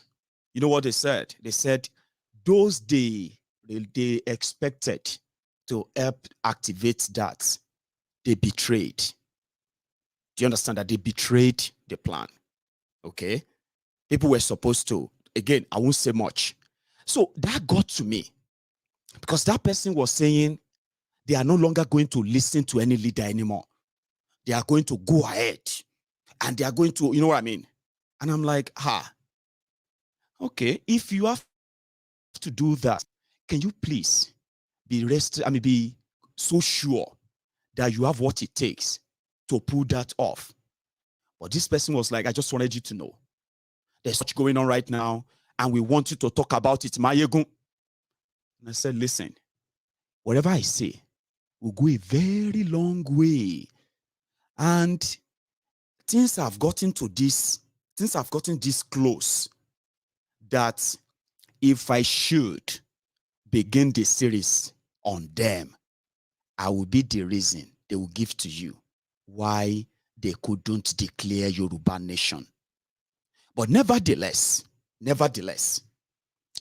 the job of breaking up of Nigeria, something that gave you and I the courage, that kind of courage to say we deserve it and we should indeed fight for it. That period, which I believe somehow, especially if we toss the Yoruba Nation agitators, I'm going to say, number one, there is nobody. There's nobody currently that I know of. I'm a door. I'm like a door who see the inside and see the outside. Are you with me? Presently, who has that capacity in whatever form to tell you to gather anywhere that is coming to come and make a declaration? They have nothing like that. They have no plan of such. But again, because if I say something, automatically they have been waiting for this. Maybe he was going to say something so that we can, you know what I mean? But you see, when I begin to talk about these guys, I'm going to speak with a lot of stuff I have in my hand. In a way, to let you know that even though as good as as much as valid as this is, we have we have been, in a way, bombarded by fraudsters, manipulators, one chances, and so many on and all that. When I was saying that voice, I'll show you, I'll clear some. When I was saying some of these voices, which were like, probably like threats, they are not threats directed at me. They are threats of disappointment of people who are really ready. Really, really ready. Only to discover that they are mostly on their own. I'll share one with you. Just a sec.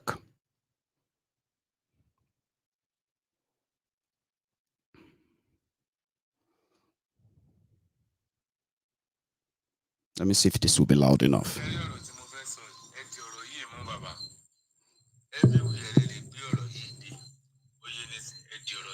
Sorry if you don't understand Yoruba, okay?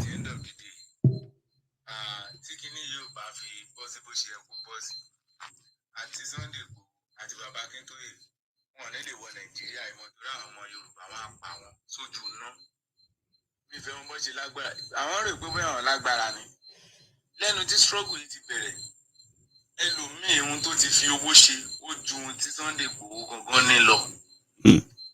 ẹ mú yẹn ní ẹ kọ́kọ́ mú yẹn lé nínú ẹlòmíì ti sọ̀rọ̀ ẹ̀dàrọ̀ ní gidi gbogbo àwọn agbára ìgbàanì àwọn agbára ti jẹ́ ẹlòmíì ti rí tó jẹ́ wọ́n jogún tí bàbá wọn kólẹ̀ fún wọn wọ́n ti lọ gbé dìde. ẹ mọ ohun táwọn èèyàn ti ṣe kò tó ohun tí orúkọ ni Sunday Igboho gbé lórí orúkọ ló gbélé lórí. Ó yé nísìn orúkọ ni ẹ mú yẹn bẹ́ẹ̀ orúkọ ni àwọn ọmọ kan wà tó yẹ pé lọ́wọ́lọ́wọ́ bá ṣe ń sọ̀rọ̀ yìí tó yẹ pé ohun tí wọ́n ti fi owó dá lára pẹ̀lú oògùn kalẹ̀ Ìgbòho gan ò lẹ́mìí wọn tó bá di wọ́n náà wọn ní Ìgbòho máa sáré ọ̀rọ̀ yẹn lè kàn lára ó máa sáré tó bá ṣẹlẹ̀ pé wọ́n náà wọn ẹ má bínú kọ̀ọ̀kan ló jáde lójú ti tèmi ó ti di alábọ̀dé ṣe rí ohun tó bí ọ̀rọ̀ yìí tó fi dàbí ìgbà pé Ìgbòho ò lè sọ̀rọ̀ mọ́. Agreement letter tó kọwọ́ sí ni wọ́n ti sọ fún oyè nísìn ó máa ní jíjáde tó jáde ní Benin Republic ó ní ọwọ́ àwọn ìjọba. Ìṣẹ́jú kọ́.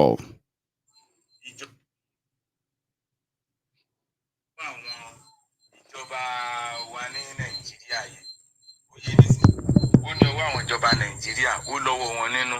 Agreement letter ní gòkè o wọ́n máa free ẹ̀ but o gbọ́dọ̀ so kò mọ bó ṣe fẹ́ fẹnu sọ fún gbogbo ọmọ Yorùbá mọ́ ni ẹ jẹ́ ọ̀rọ̀ tí mo sọ yìí mú ọ̀rọ̀ ẹ ó lè kàn lára kó wí tẹnu ẹ̀ fún aráyé ká gbọ́ ó yé nísìn kò mọ bó ṣe fẹ́ fẹnu sọ fún ọmọ Yorùbá mọ́ pé tó òun ti tọwọ́ bọ̀wé òun ti sáìn pé òun ò ní jìjàgbara lórí ọ̀rọ̀ Yorùbá nation kò mọ bóyá fẹ́ sọ kò mọ bí tó fẹ́ wá sí wọn bàbá Bánjí Akíntóyè kan ò tó bẹ́ẹ̀ wọn ò lè sọ. Like I said, there's so much that could be shared. And Motisori, I'll quickly say this in Yoruba before we continue. Motisori fún yín pé tí mo bá ní kí n sọ àwọn nǹkan tí mo mọ̀, ó máa discourage a lot of people. And that is not in any way good for the work tí àwọn èèyàn ti ṣe, especially àwọn èèyàn tó sọ pé ti ná owó ara wọn gan. There are people. Jẹ́jẹ́ mi mo jókòó mi o, ṣé mo jẹ́jẹ́ mi náà mo wà níbi tí mo wà yìí o. Kò kí ń ṣe essay and it is not blasphemy.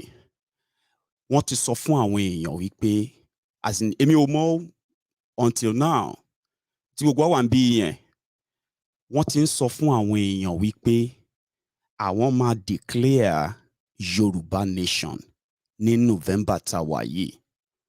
So don't take it personal. Tó bá dẹ̀ take it personal wàhálà ilé ayé ẹnìyẹn o kò kàn mí o ṣó mọ̀ that's why mo fẹ́ sọ ní Yorùbá o. Jọ̀wọ́ pé jẹ́jẹ́ mi mo jókòó yìí náà tí gbogbo ẹ̀ wá bá mi nà you know and a lot of it tèmi fúnra mi mọ̀. But èmi ò mọ eléyìí. So wọ́n ti fún wọn ní date pé wọ́n náà máa declare Yoruba nation ní November wọ́n ti fún wọn ní date. So àwọn kan ti believe ẹ̀ so wọ́n ti lọ ń prepare for real nílé tó ti you know do all that and all that stuff.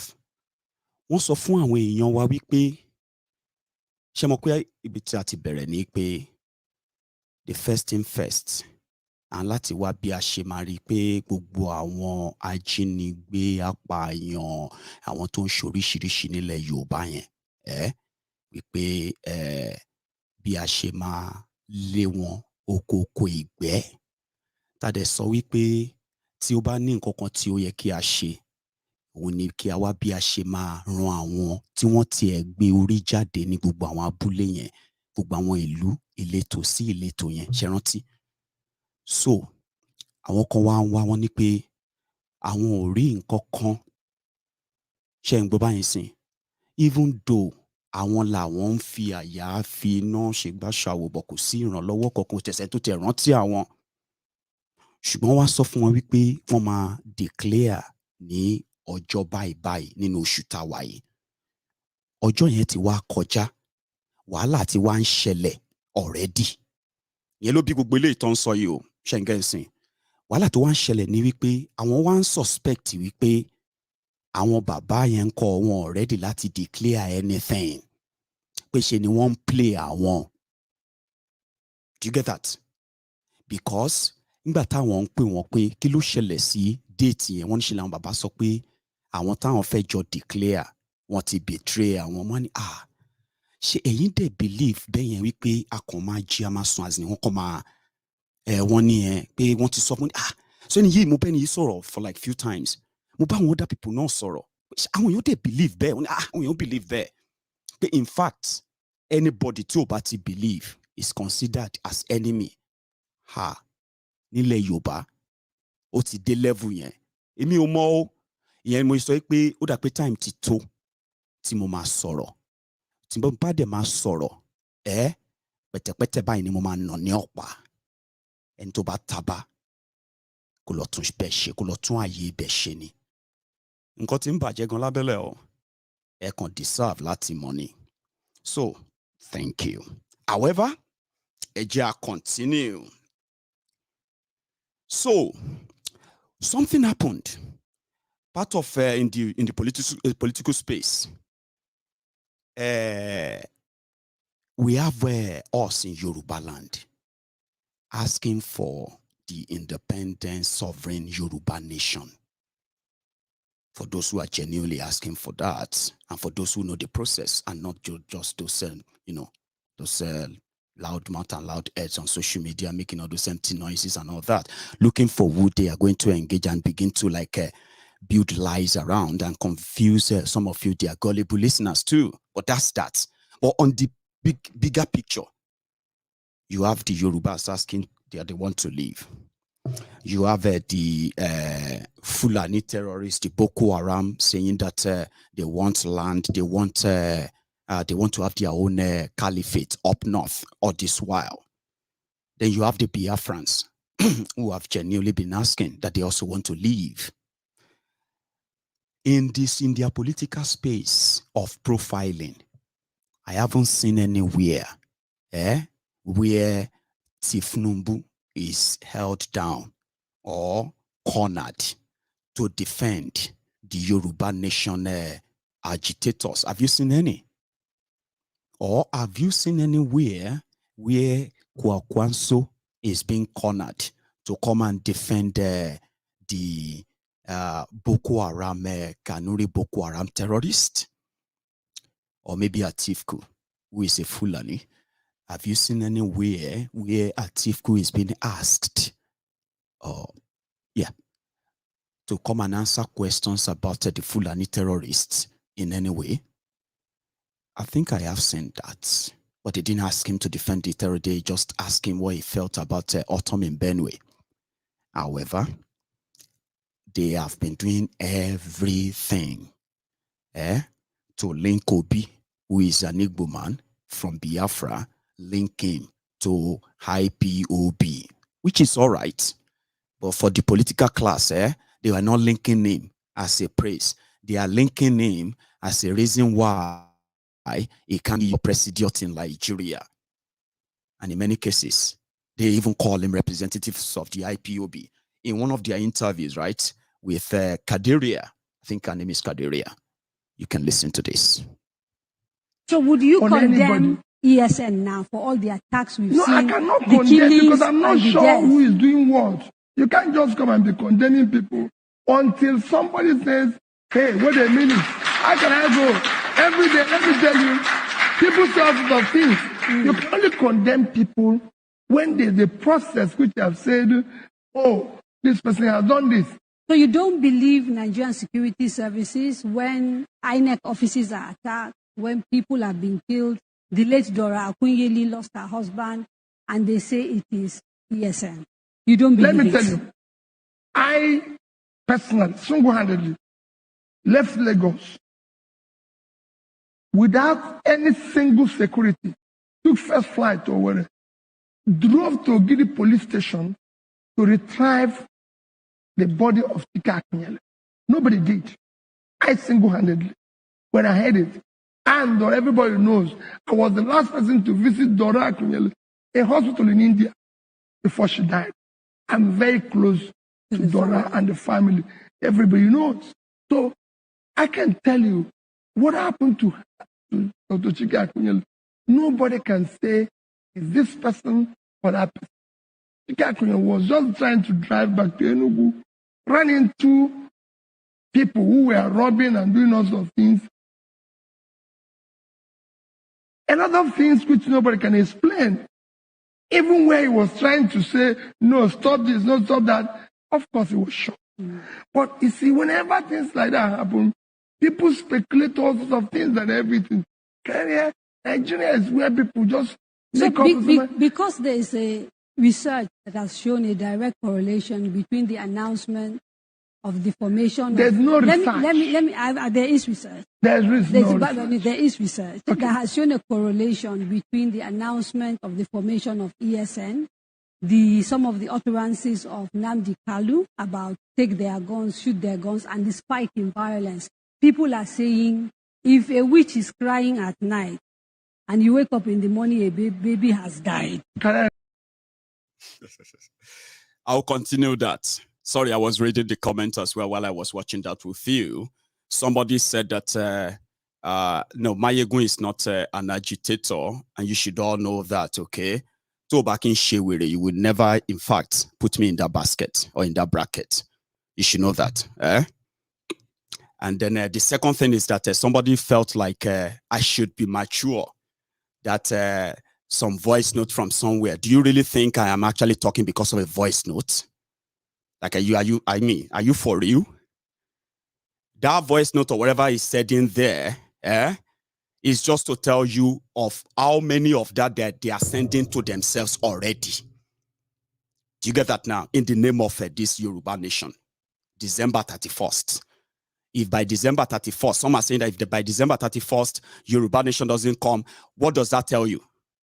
Does that not tell you that eventually, the whole thing is going to explode right before our eyes, whether Maiyegun says something or not? Do you really think Maiyegun is somebody who needs a voice note from somebody to tell you the truth that you need to know?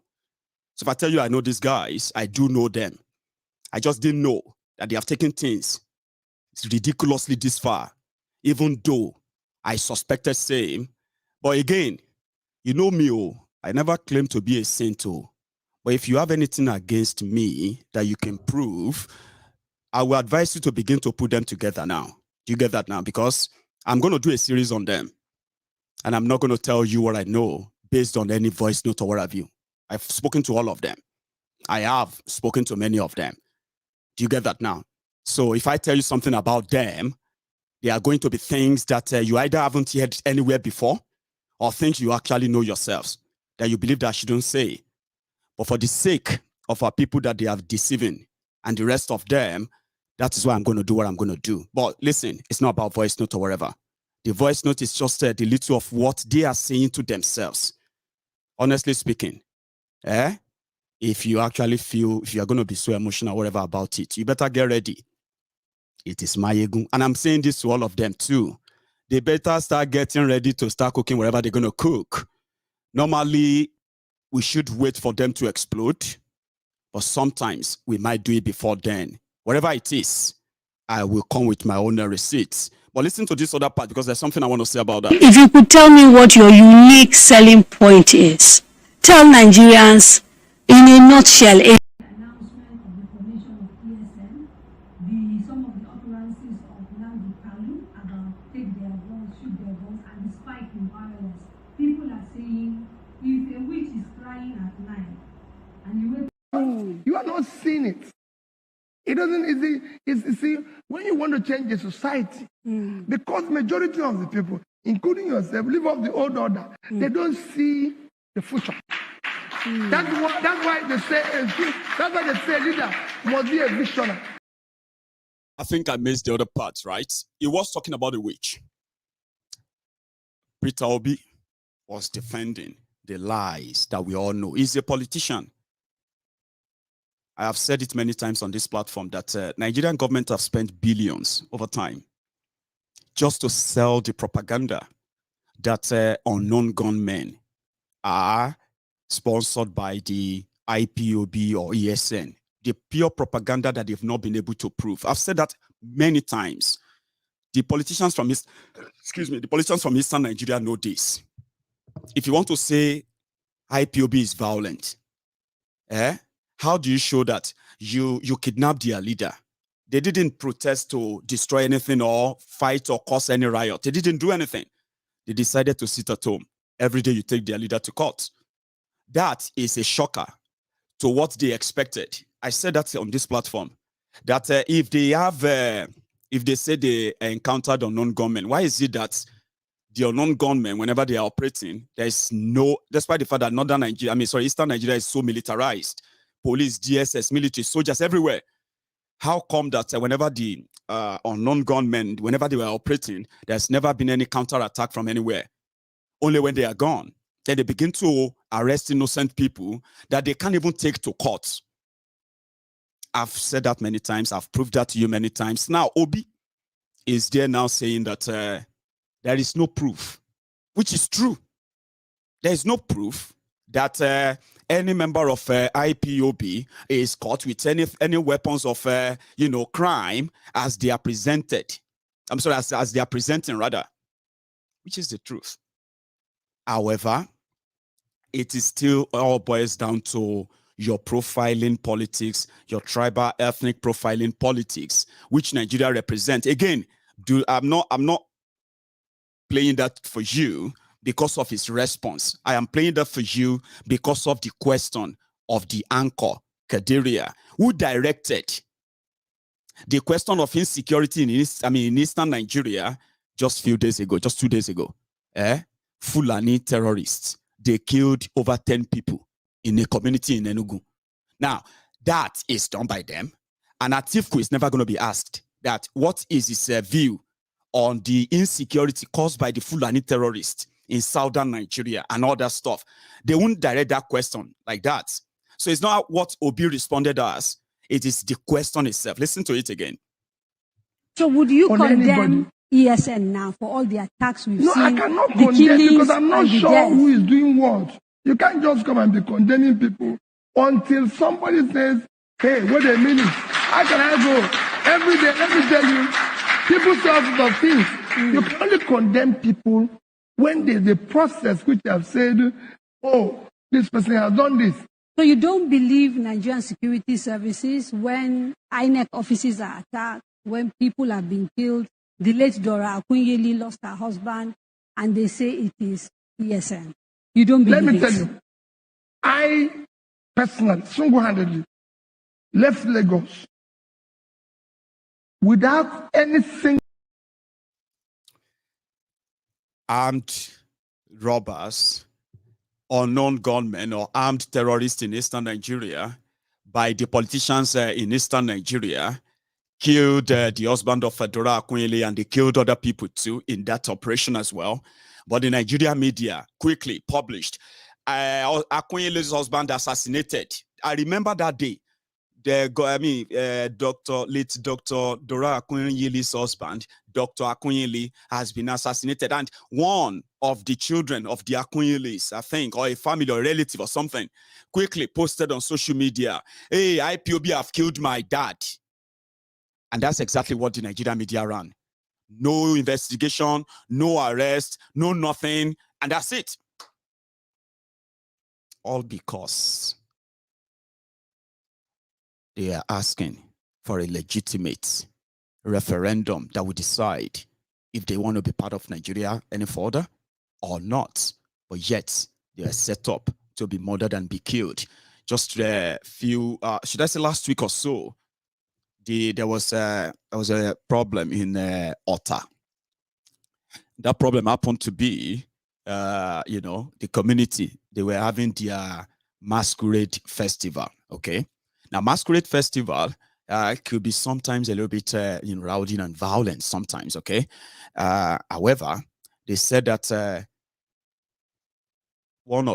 two soldiers, right? They walked past or walked into the procession around that place. And in a way, it led to some level of fisticuffs and all that. And they grabbed one of their guns. So when the soldiers left, right, they went on to call their other colleagues and they came in their truck. By the time they came back, the Yoruba Nation campaigners, they were also walking by in their own, doing their own procession, passing by.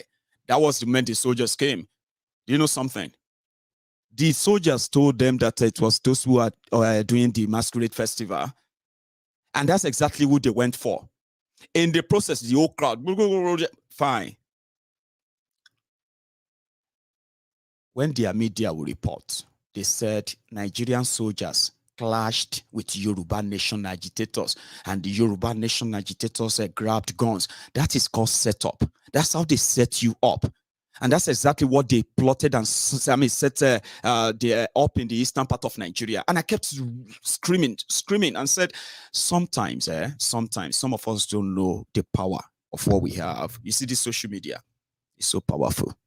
Sometimes you can get so carried away with what you have.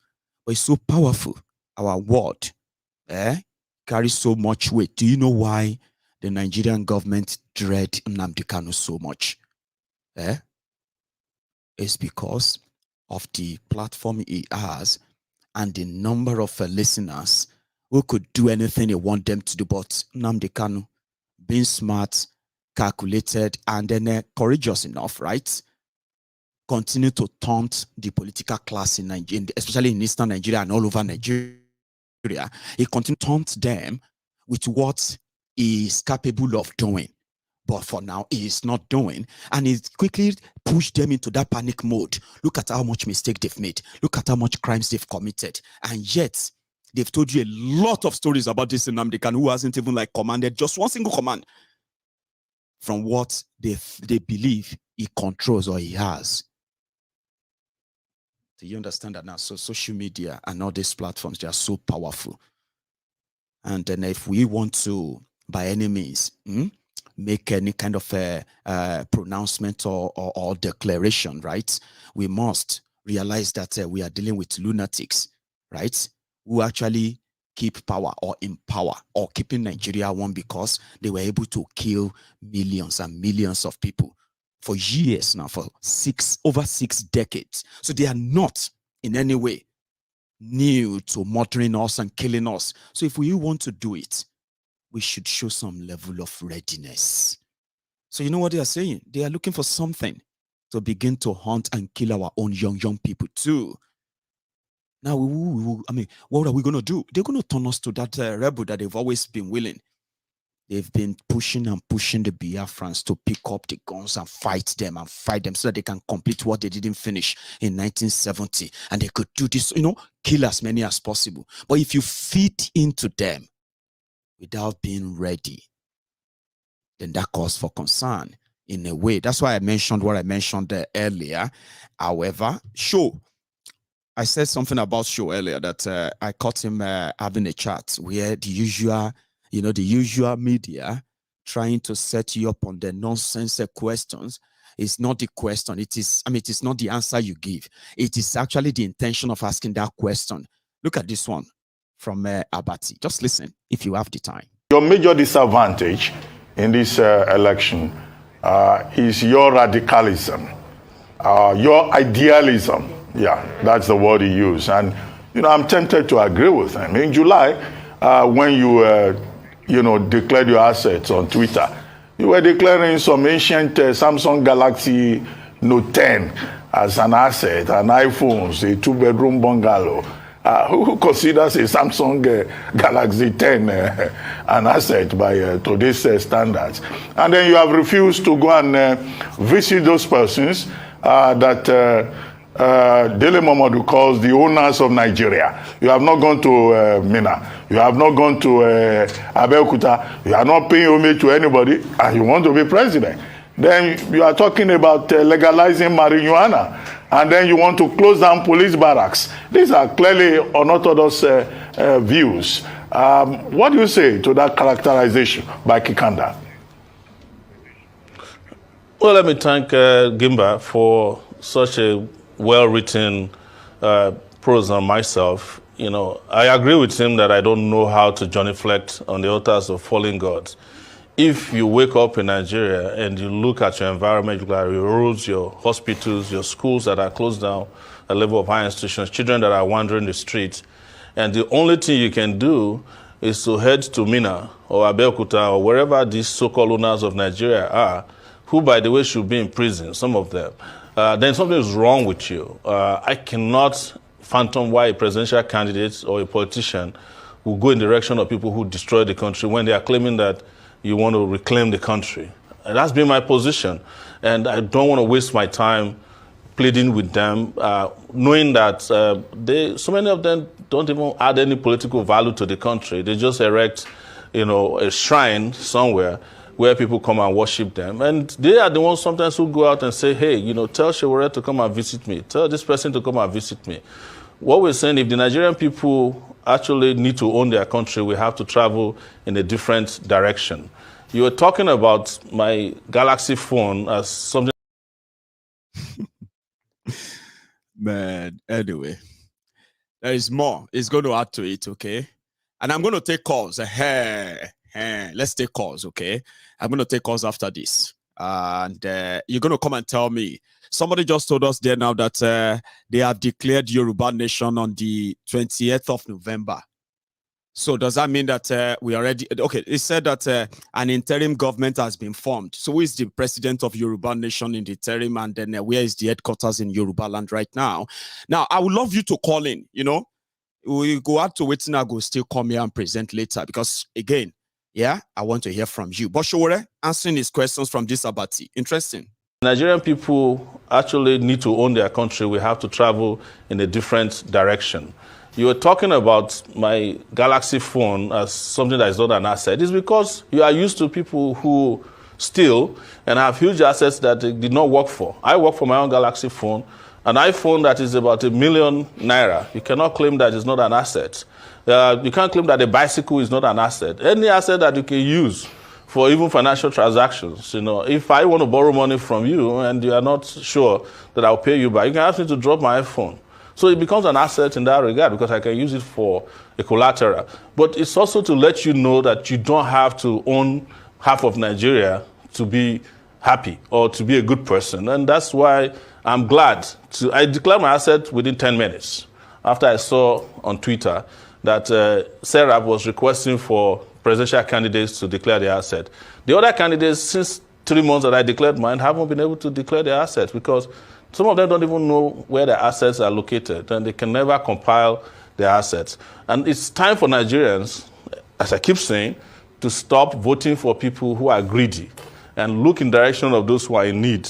That shows to you that my 51 years on earth, I've never stolen anybody's property. I've never tried to own what doesn't belong to me.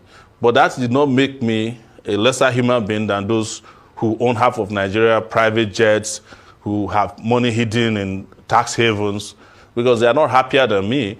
Instead, they are carrying the burden of depriving the citizens of Nigeria their own entitlements. And this will not continue forever.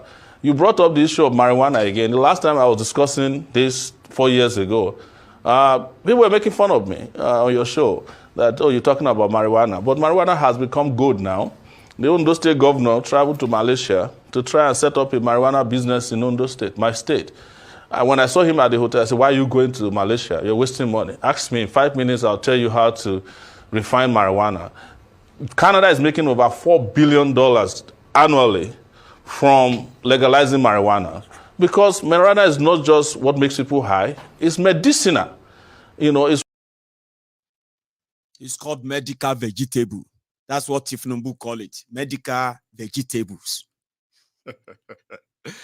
Anyway, Kehinde Joseph Kashimawo, you are actually the one I've been reading. Are you reading yourself? I mean, are you reading what you are typing? Do you really think that's how dumb the Yorubas are with what you just typed now? Mrs. Something Something told you that they are declaring Yoruba nation partially. This type of declaration is for everybody to listen. See, is this what you tell yourselves? Mrs. Something Something said, Mr. Something Something said to Yoruba people, educated, enlightened, exposed Yoruba people. You actually type that and you are reading that. Okay. I'll come back and take calls. If you can call in and explain that to us without sounding stupid, I would love that. Kashimawo, grab your phone now, okay? And come and explain to you what Mrs. Onitiri told you, okay? But I'll be back. Let me go make my tea. The line will be opened, and I'll take some calls. Don't go anywhere.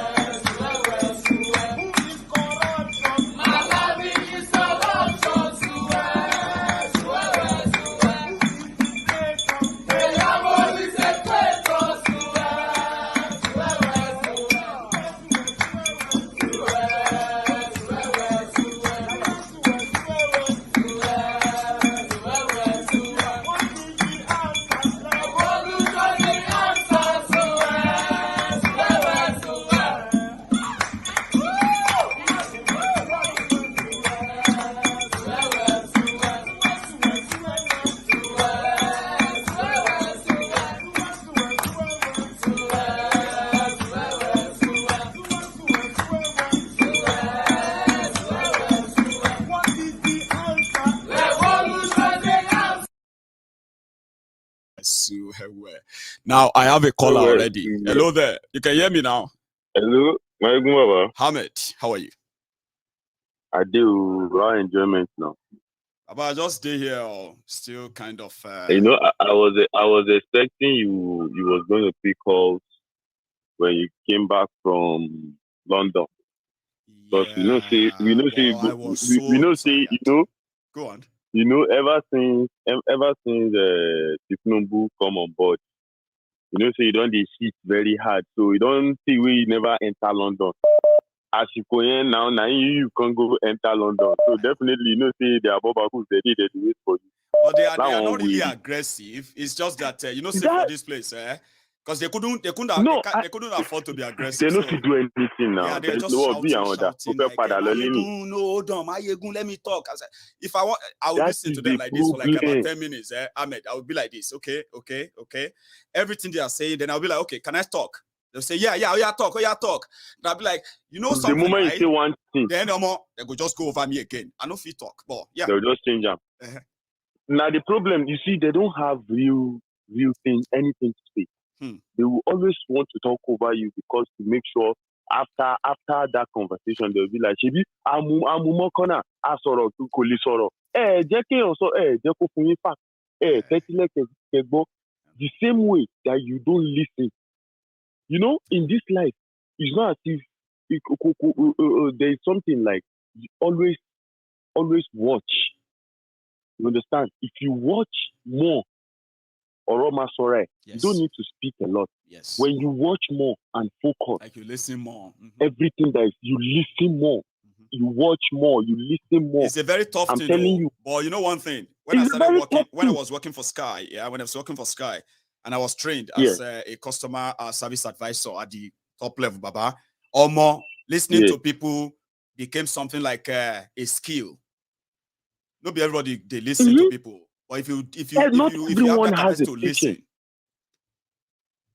Not everyone has the patience. And exactly in Kotofa, to Nigeria today, everybody, the people in government continue to do what they do because they know that the people they are talking to, everybody already assume. So to them, easy when Tinubu come and Bulaba, Baba Blue, Laba, Gugwe, they will want to come and tell you what it meant. He's trying to say. Because they don't understand. And they cannot understand. And these people understand the game. That is why they keep on confusing them with different kind of words. Speaking the language they understand, which is actually no language at all. Confusion. No language. Confusion. And Toba Trike Oja Tife boss. They will insert money into it. They will use money to clear everything. So now money and word of confusion, now they use for people for that Nigeria. Money, word of confusion. So they know say if they speak something, they say, what I talk no make sense. They go use money, cover them. He will always say, Dama, he been defend them. Defend there. You go just cry, you don't collect. So you can't do your work. That's why we have people like Teyam. They will definitely come and do their work because they are hungry. You know, they are hungry. And I've seen someone on comment section was saying, Maiyegun, if you don't believe on this, why are you talking about? I don't believe in what? Sorry, if you are listening, believe in what? He said, if you don't believe in what the voice note, why are you playing it? I want to explain on my own part. I believe it 100%. No. See, I believe everything they have there because I know the characters behind some of the ones I have. So, but I am not relying in what they have to say. This guy should relax. Amedo. Series Lori or Yoruba Nation. Do you understand me now? Because it was so important. I have watched. So anybody to feel concerned, to feel worried, hold your advice to yourself. I won't need it. If you have anything against Maiyegun, anything on Maiyegun, share you get me now. This is your opportunity. Ojelo camera phone, colora phone, to camera. Something because every character that you see out there, the money compromise on. I have compromise on every one of them with the evidence of it, and it's going to come out. So Ahmed, go on. And don't mind those comments, okay? Don't worry. They are going to have to come around. No. I'm just reading it because that is why I said someone has to listen more. Yeah. To understand. Your mind is somewhere else. I know. Me, Timbani interest loading call. Yep. I used to sit down, give all my attention. I will study that thing. I will listen to it word for word. Then I will pick what I want to pick and drop the rest. That's right. That way you will not lose focus. But you're on the chat. They are trying to give you something. They are trying to give you something. You are not even, parabale, Ugoro. You are just typing rubbish, typing nonsense, talking trash. Come on, man. We know all of you. We know all of you. And all of you doing these things. because it will not take us anywhere. It's like we are shooting ourselves by ourselves. We are killing ourselves by ourselves. Let me tell you and the after easy you line. go out there, you go and shout. Ahmed, let me tell you the easy line. I personally know that the moment I start saying something now, trust me, everywhere will vibrate. You know that. But I'm doing it simply because these guys have done so much damages to the psyche of the people who have so much belief and they have so much faith that Yoruba nation must come, and they are investing their time, their money on this platform, including myself. We have put our money in supporting those we believe that are being persecuted for asking for Yoruba nation. Sure, you get now. Now, when we discover how fraudulent some of them are and how much damages this have done to the psyche of this, because the number has reduced, let's be honest. Do you understand me now? And I'll tell people why. Yeah. So if anybody now feels like what I'm going to say is a lie, don't make up story. Just, you know what I mean? Like, just come and confront me. Don't lie. Just come on. Because everything I'm going to say about your leaders, everything about them, including money, I'm going to back them with evidence. Ahmed. All these things that if you are bold enough to type, you should be bold enough to call. I have never, ever since I've been on Maiyegun, a bunch of cowards. You don't have that liver. Ever since I've been watching you, Maiyegun, I have never watched anyone who wants to come out like except one guy like that, Philip. That one go let me. Ahmed Magbo now. What I talk. What I mean be say, any toshi be onjade ko succeed. So if you know you have tangible things to say, because when we listen to that Philip, so we know where all of you stand. But if you know you have very strong reason, you know what to talk about. You pick up the phone and call in and say, Maiyegun, I have the right information. Don't just type. They are a bunch of cowards. You need to see this guy in real life. All of us that are here, we are here to learn and we want to listen to you. You might know what we don't know. Just call in. Do you know what happened, Ahmed? Let me say this as well. That's part of the series I'm going to talk about, okay? I saw Irodio Tomo one lower, but because they have no plan, they are about to explode. Sure, you get that now. And this is not because of us. It's because of the people they have been speaking to. Some of them don't type Ahmed. There are people who have been listening to them. You have no idea. People. You do have no idea how much brainwashing. You have no idea. To listen to Ahmed, you will never believe it. They believe one, don't believe one. Lori Yoruba nation. I'm going to say something. Maiyegun, listen to almost every platform.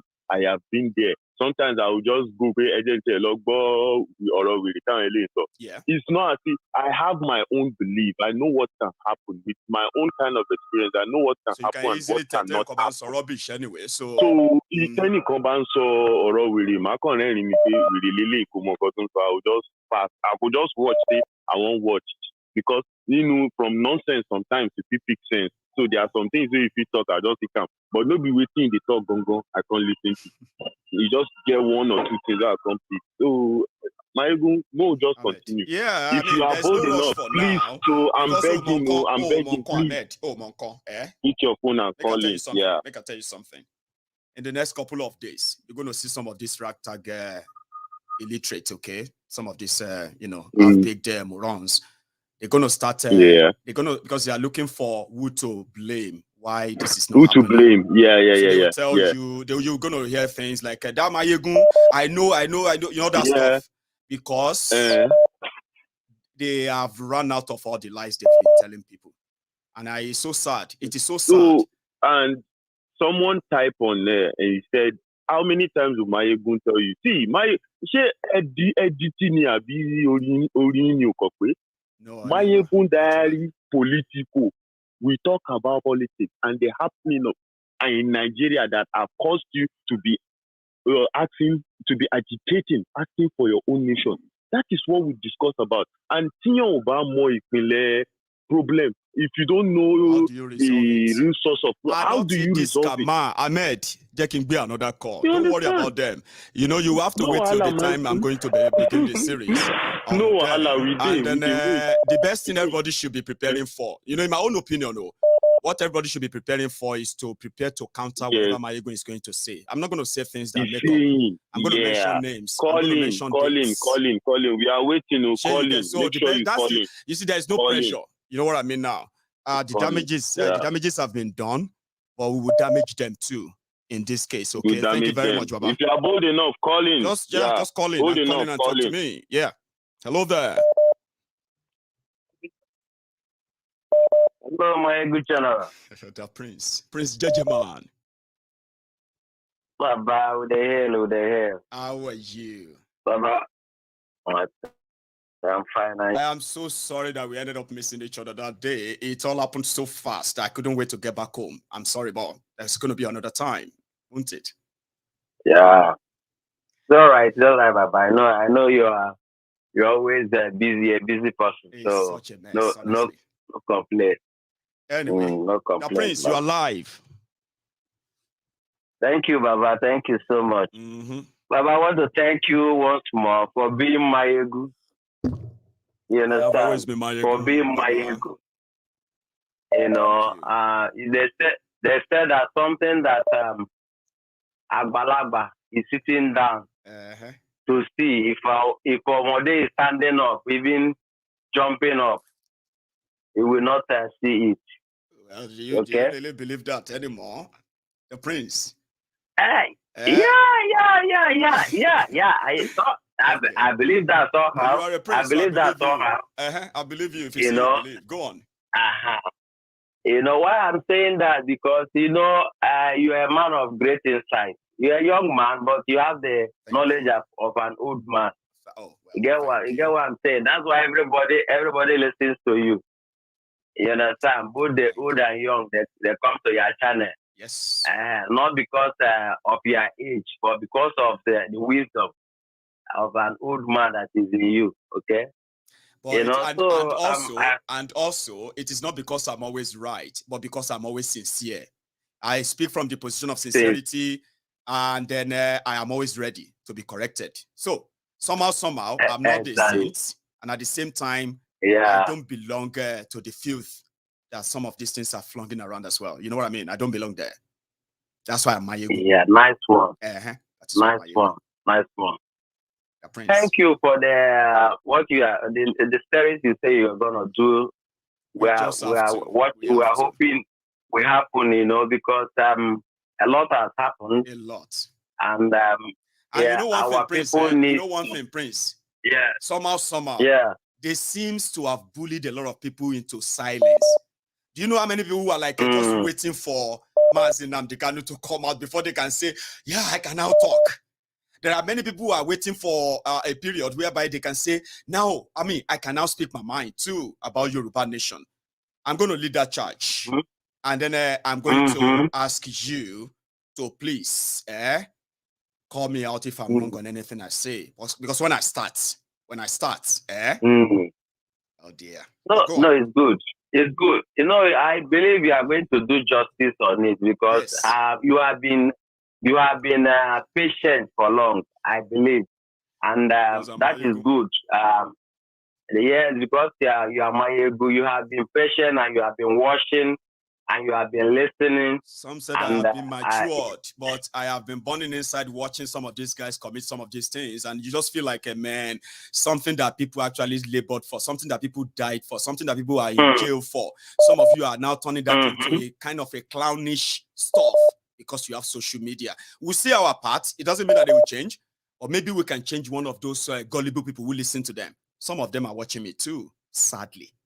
Yeah, that would be a great one because we too we had that challenge in our Biafra movement too. I know about that. You understand? It's just of recent our great lawyer came out to make a speech. I said, for he goes to Nnamdi Kanu every week to hear from him. You see, and they speak and they interact every day. And this person is a person that they attack his house, burn his house down. I know about even that. They killed his driver, they burned down his house, and they declared him wanted for defending Nnamdi Kanu. Thank you. Exactly. So these are the person they still have people are still attacking him because they've attacked all sides and they are failed. And they see that the legal angle is making progress now. You know, they want to now distract them, you know. And he came out and he made the same legal team that on this platform we pull our resources together and contributed 2 million naira to say, please get him out. If you can, do it as soon as possible. Honestly, is it not on this platform? I mean, all these things people are sacrificing honestly, here and there, right? I want to again. I want this whole thing. They are taking chances. They are taking place.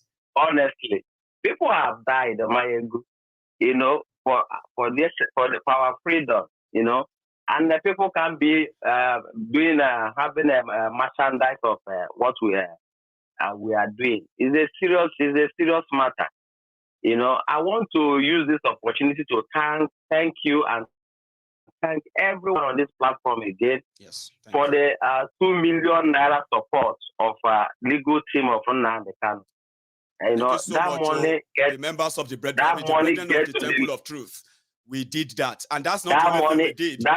Even you, Prince, right here, if you count your fingers, you can count more and more people who benefited from our own intervention fund on this platform. We go name names and we go name those who also share that money behind the scenes. So, the Prince, finish your message. I want to thank you so much because Biafrans are listening and the Oduduwas are listening. You understand? That support, you know, the leadership of Biafra, you know, they got that money and they were very grateful and they still were have the email it, confirmation. You know? IPOB London. I still have their email thanking us on Maiyegun's Diary Politico in my email right here. So we'll get to that stage too. Go on. That's very good.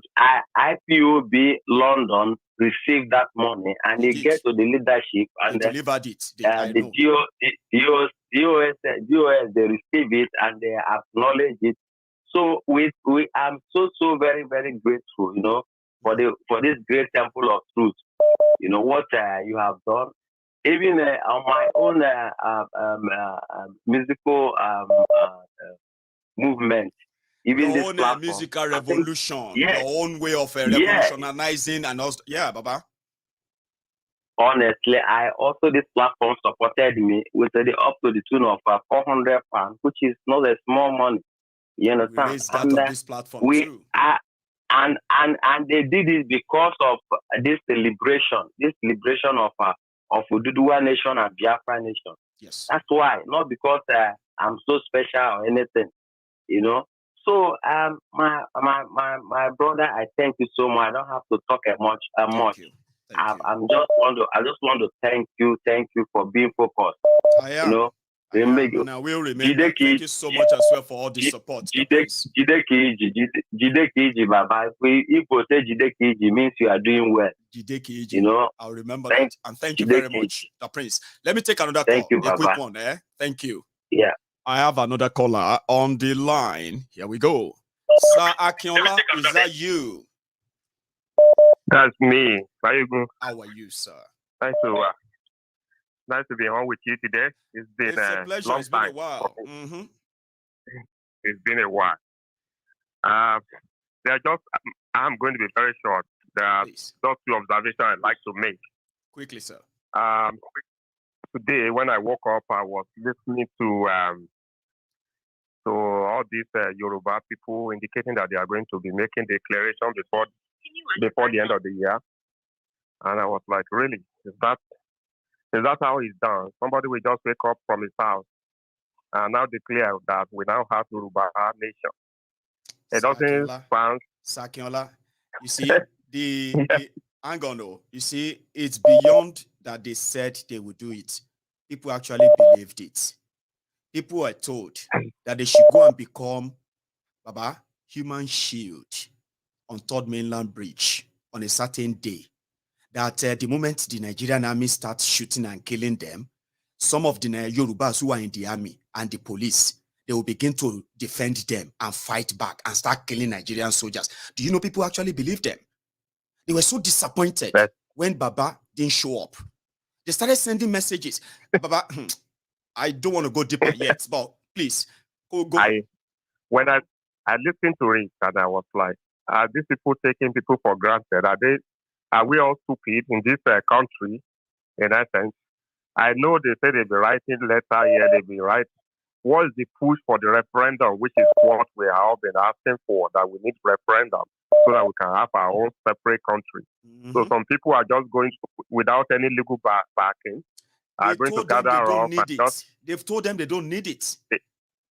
You get they that just now? make They are a just going to declaration. declare it on a certain day, and millions of the people will just march out.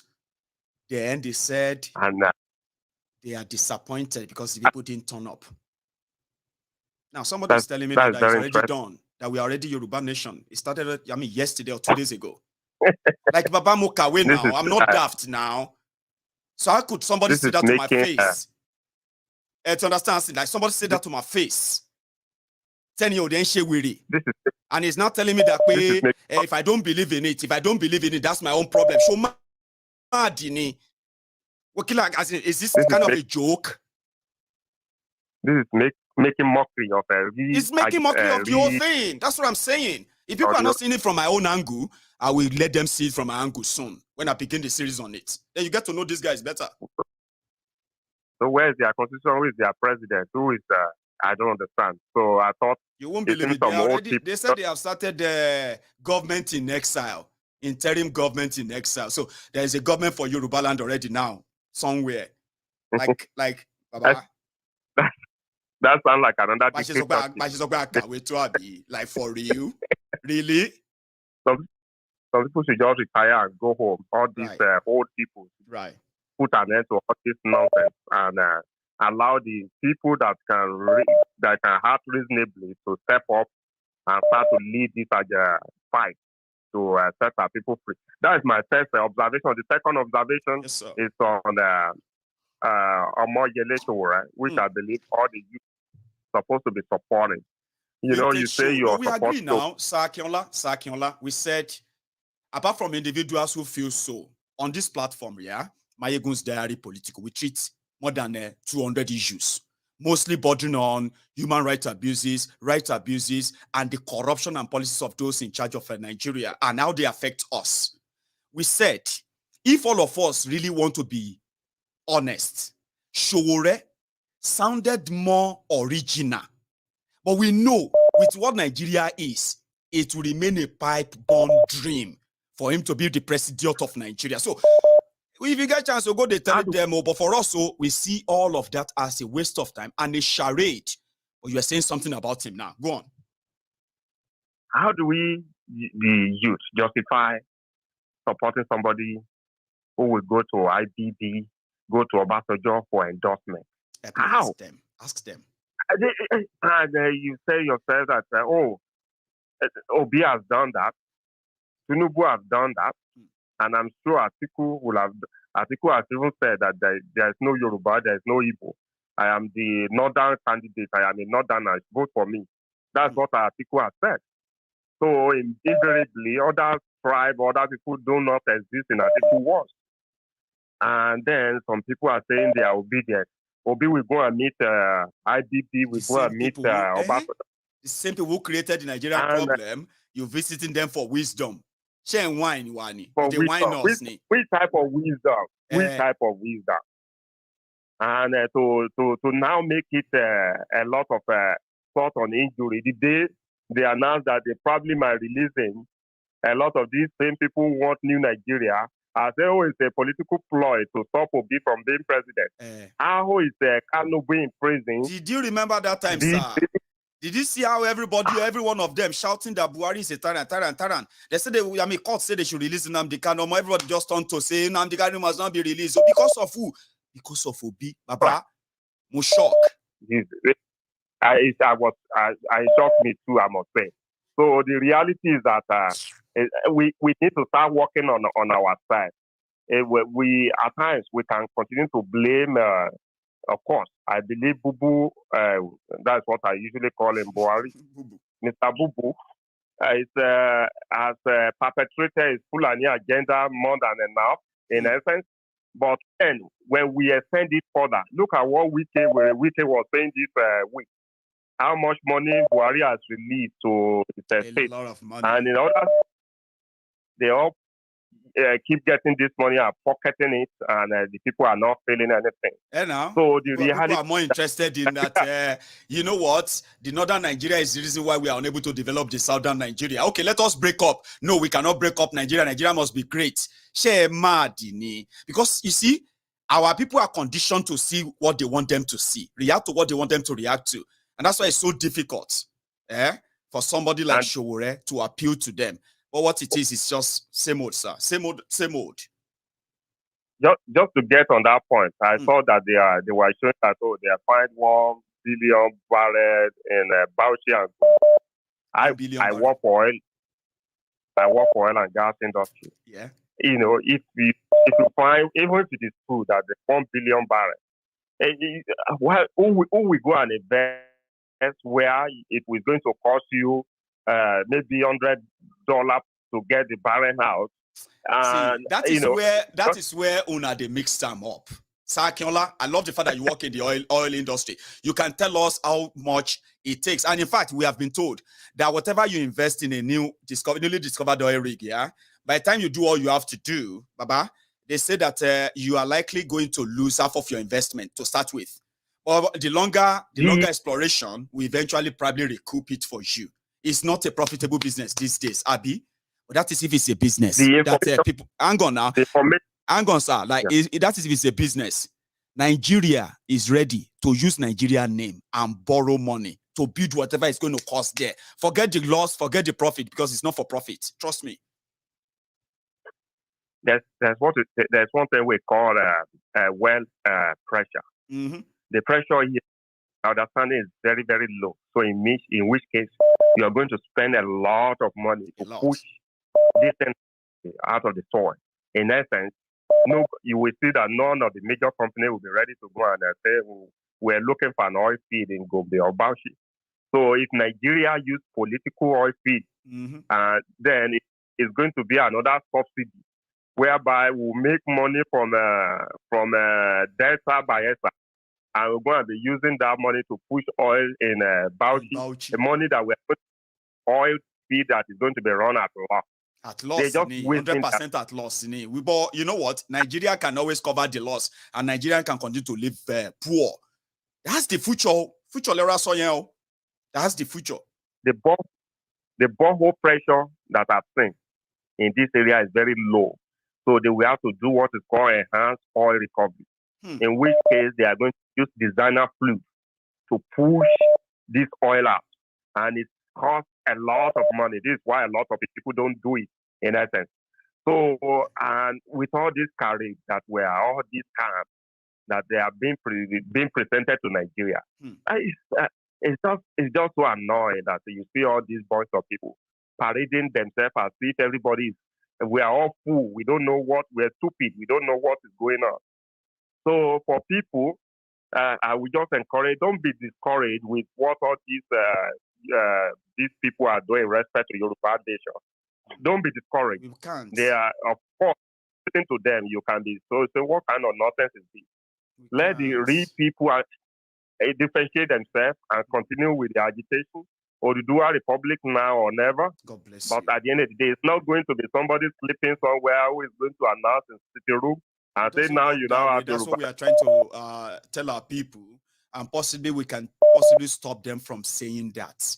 That is causing more sort of damages than whatever they are plotting against us. When you raise people's hope, and you dash the hope to the point that if you have to rebuild such hope again, you may never get it back.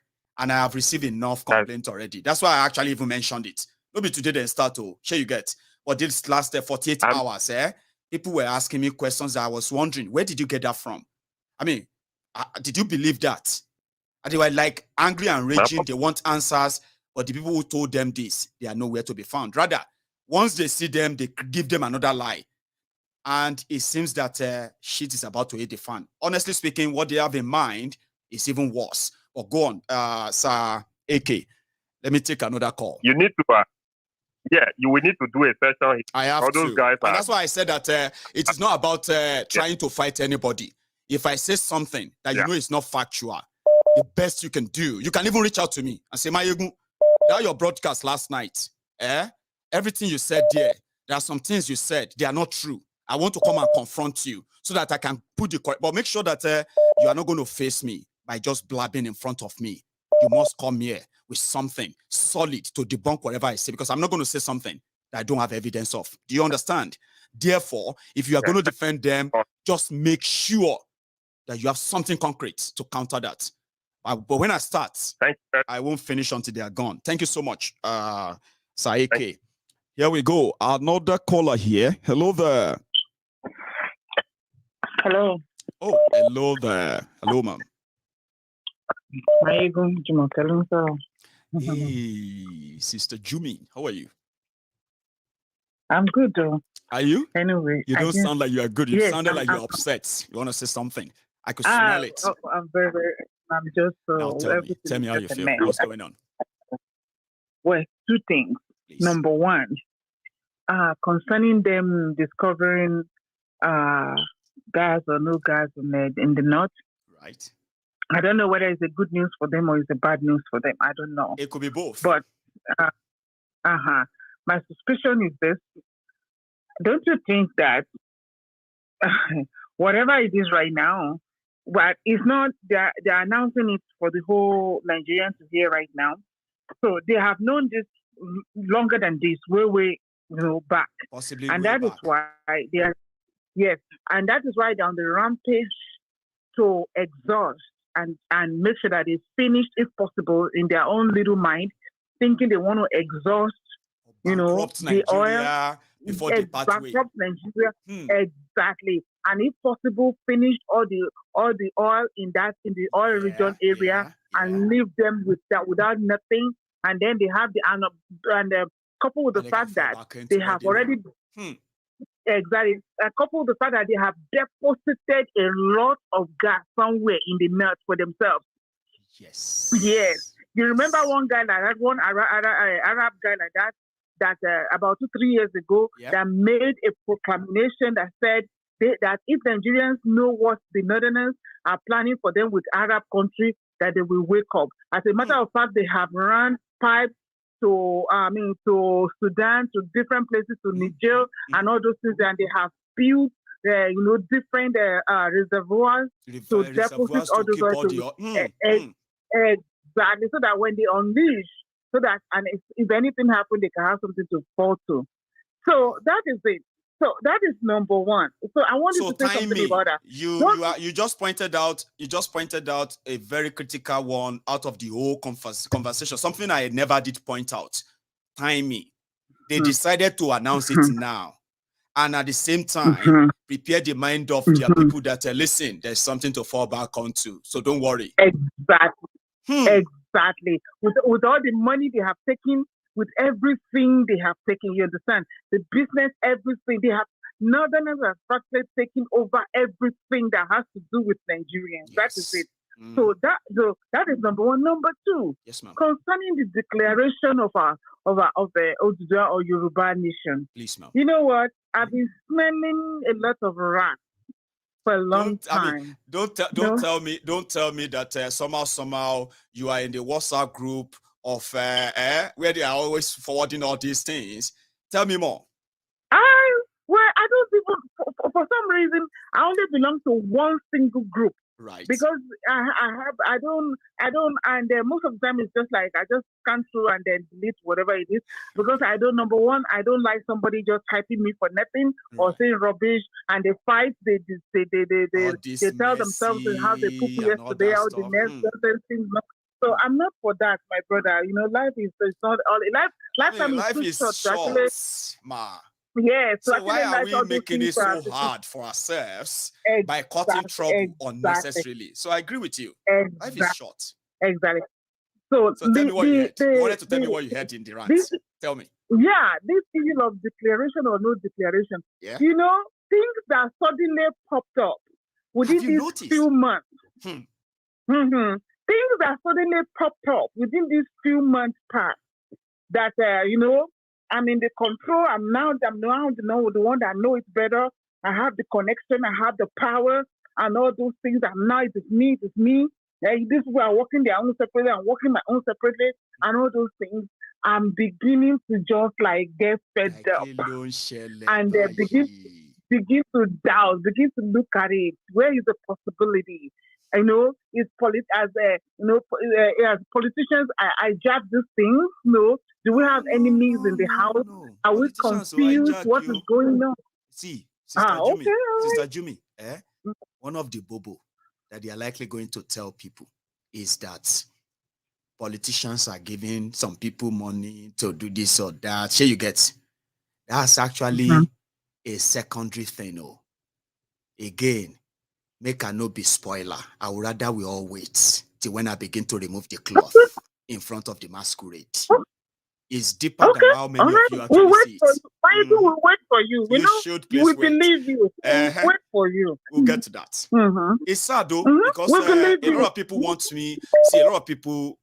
I didn't know that some people made, apart from these crowdfunding things that we say and all that, here and there, fine. A lot of people have invested in that. I didn't know that there are people who actually invested personal money because of what they are personally told by these guys. This is beyond, this is now outside what you see publicly. This is like me calling you, Sister Jumi, how are you, ma?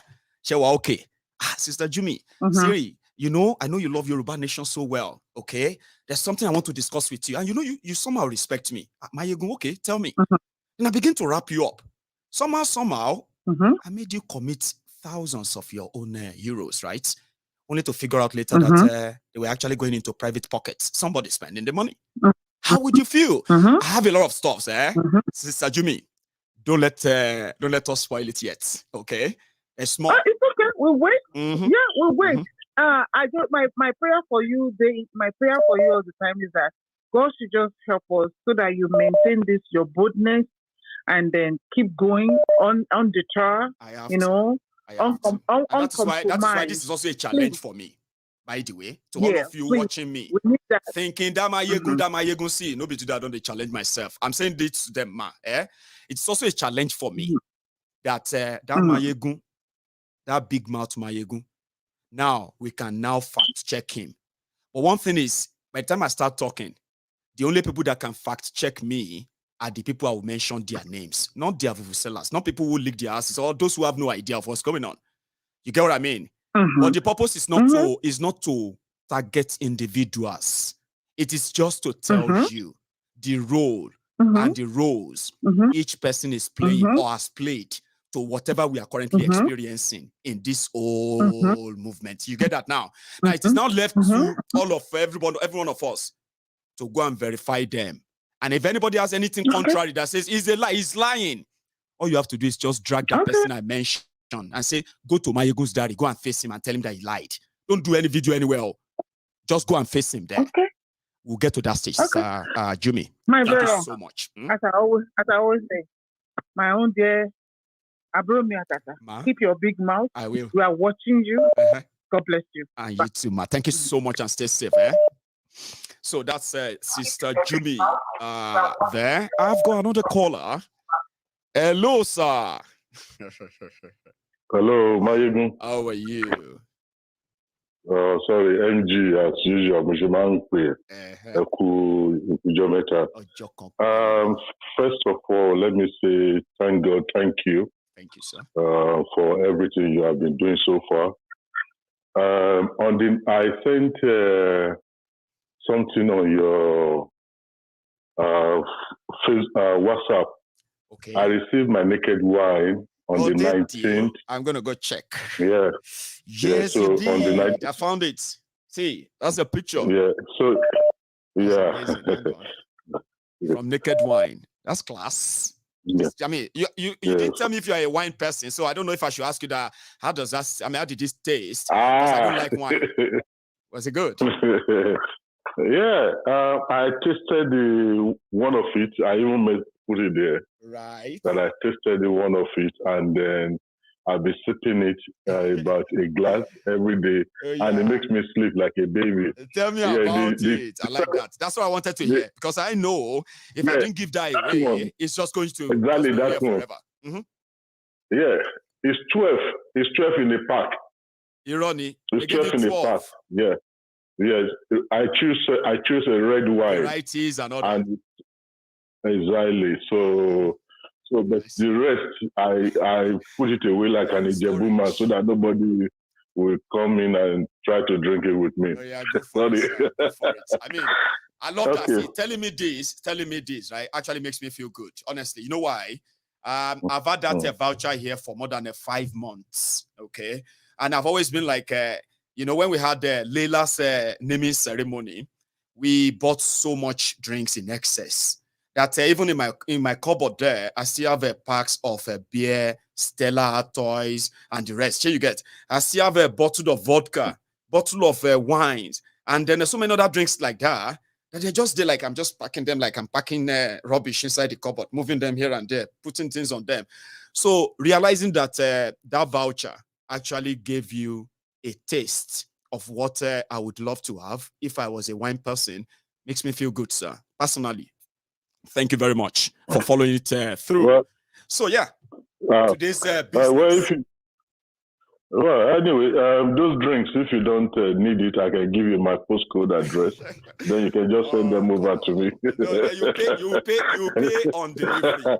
So if you are ready to pay on delivery, if we can make that arrangement, of course I can pack that. Come on, man. Now drink, Baba. But we'll work something.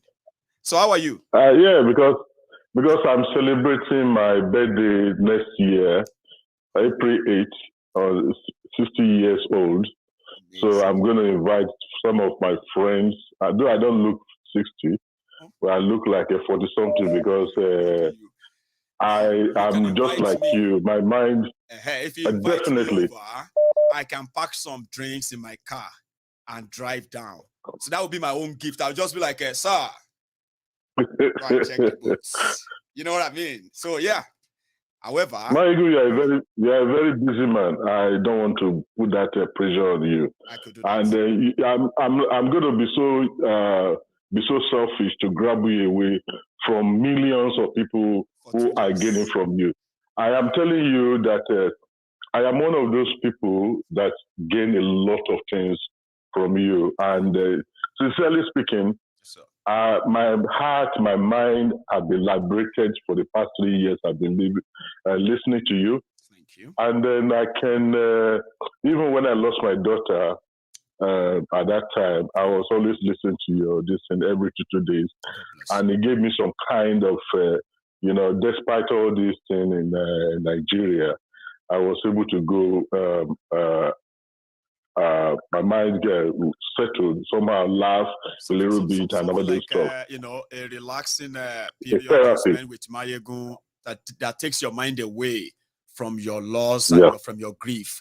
I appreciate that for saying that too, sir. Yeah. And I'm happy that it's a sort of a therapy. Yeah. Maiyegun, going forward, you see, people because I'm a Yoruba man.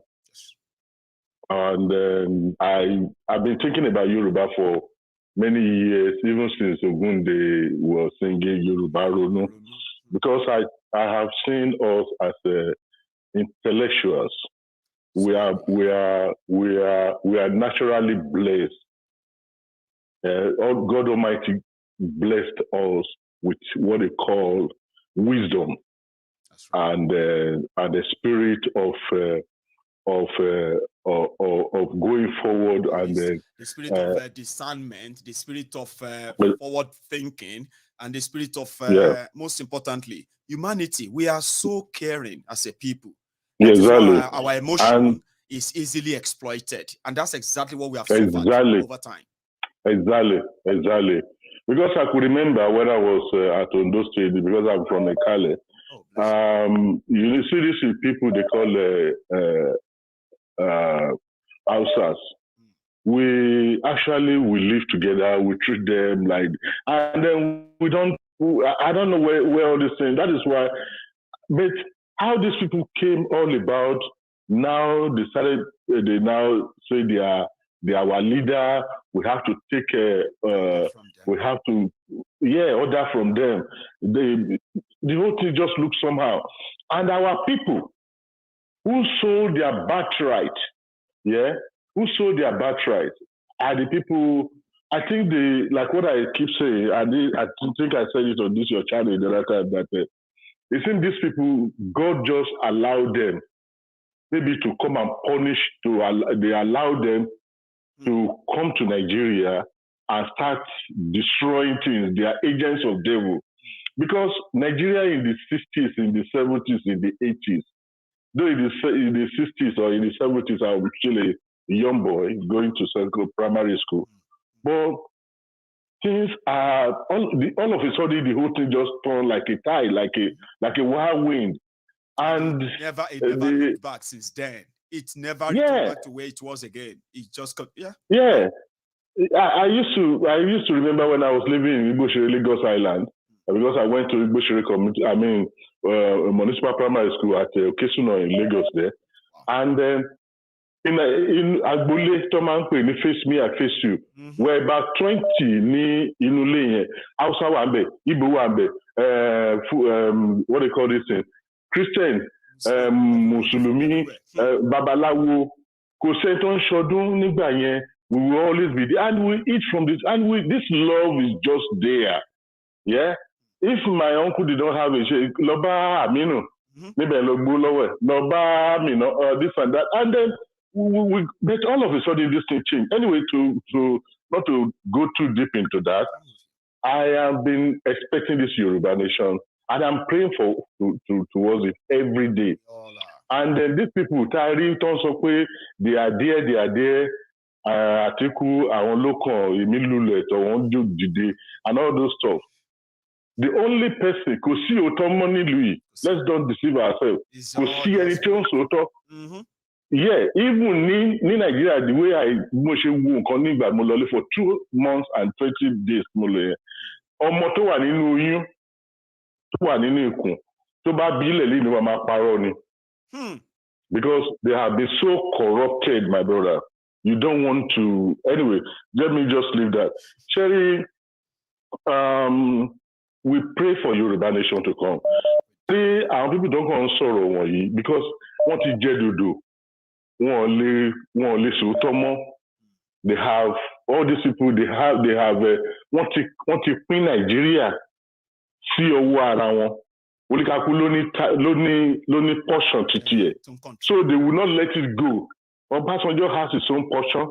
Buhari has his own portion. Abdulsalam have his own portion. So want to divide by clan. And when you look at them, they recycle themselves.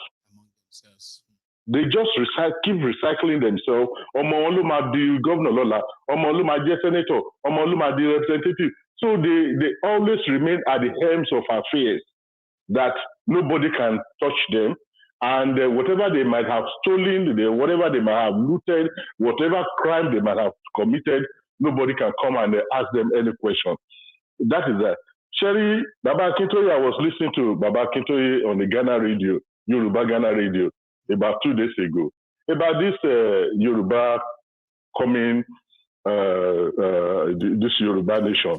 And Baba was categorical, declaration. The man was asking him, Baba, ìgbà wo ni ṣe November yìí ni àbí bàbá ní pé ó máa tó December before December ending.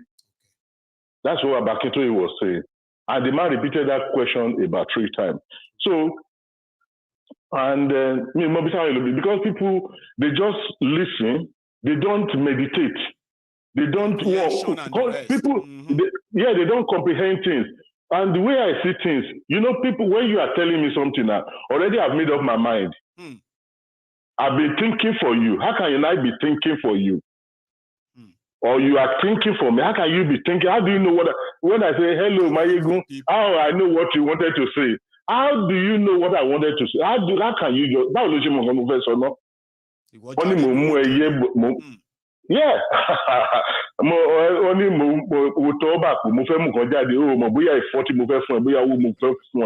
You don't know.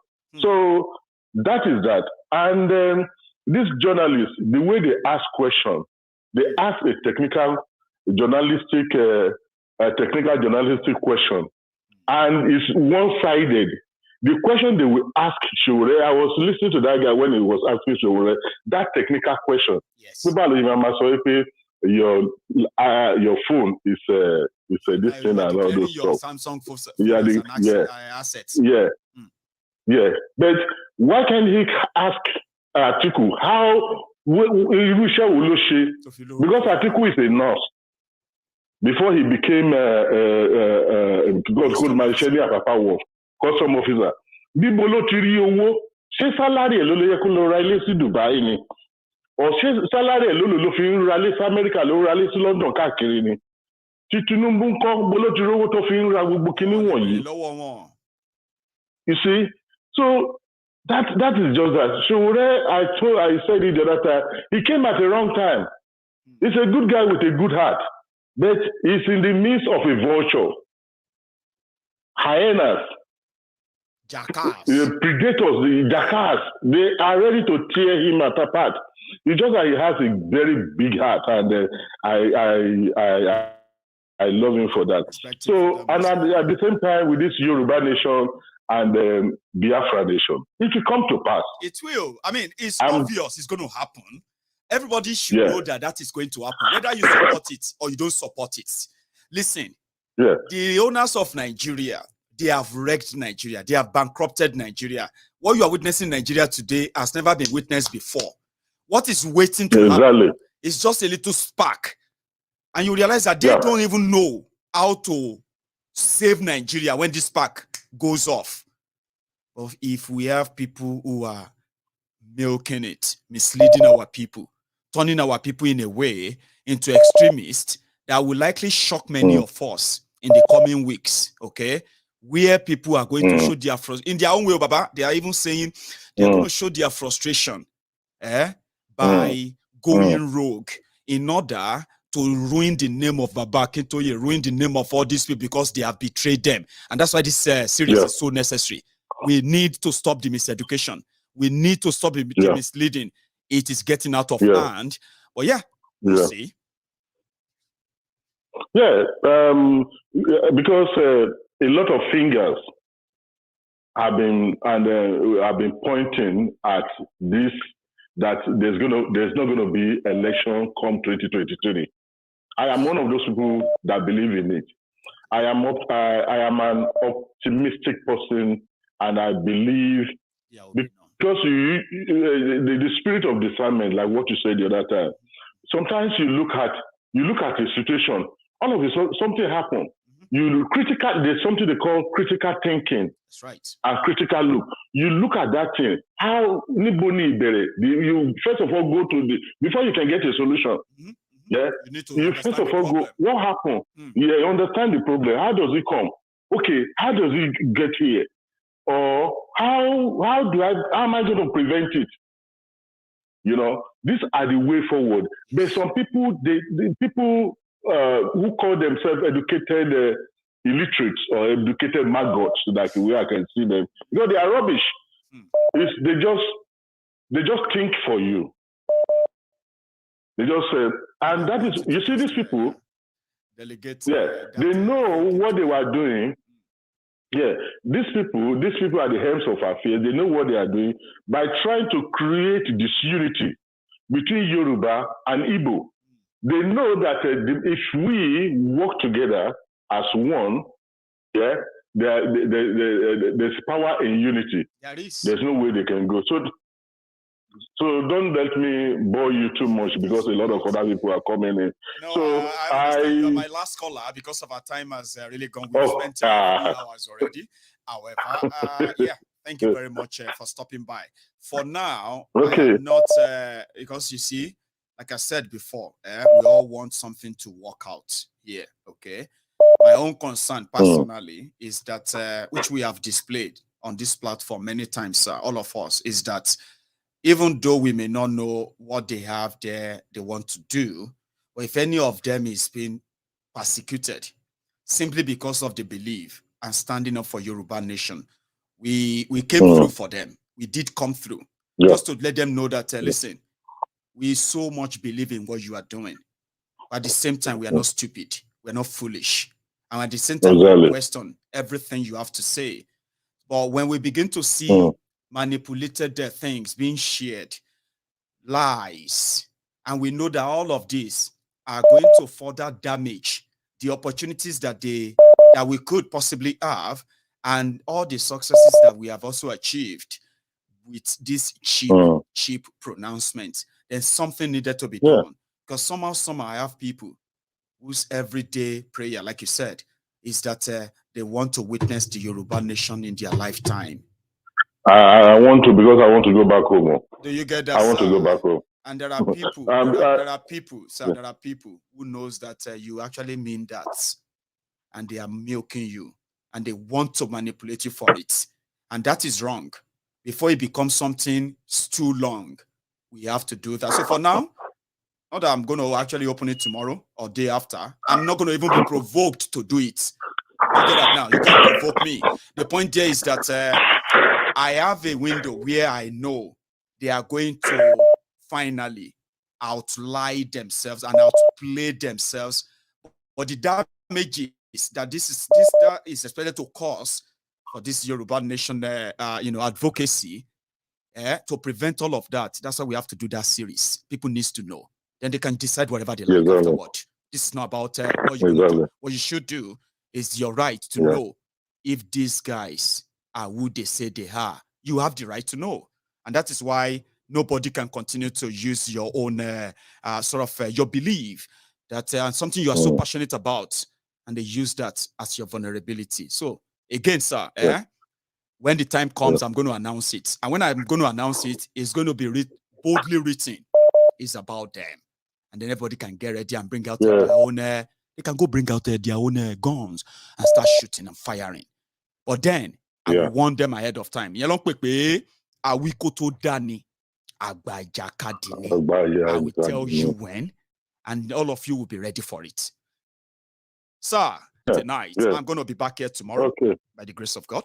And then we will continue based on whatever is going on at the time. So you have a good evening from here. Thank you so much for the naked one, Maiyegun. Enjoy it. Enjoy it. Enjoy it. I will send my address. Yes, sir. Thank you.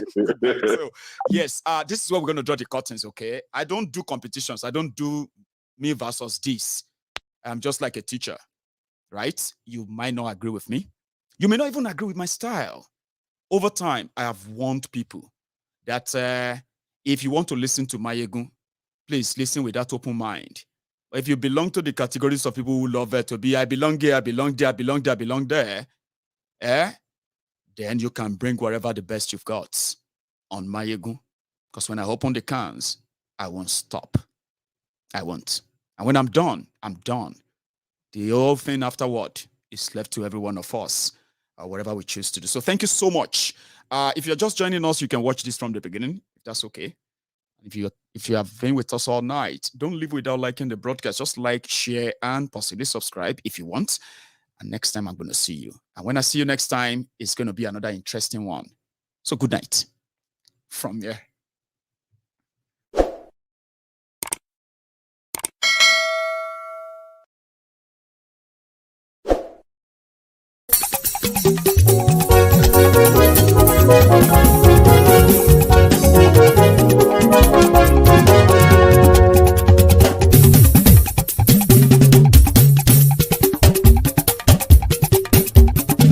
Maiyegun làwa mọ̀ làmọ̀ tó dòdòdò.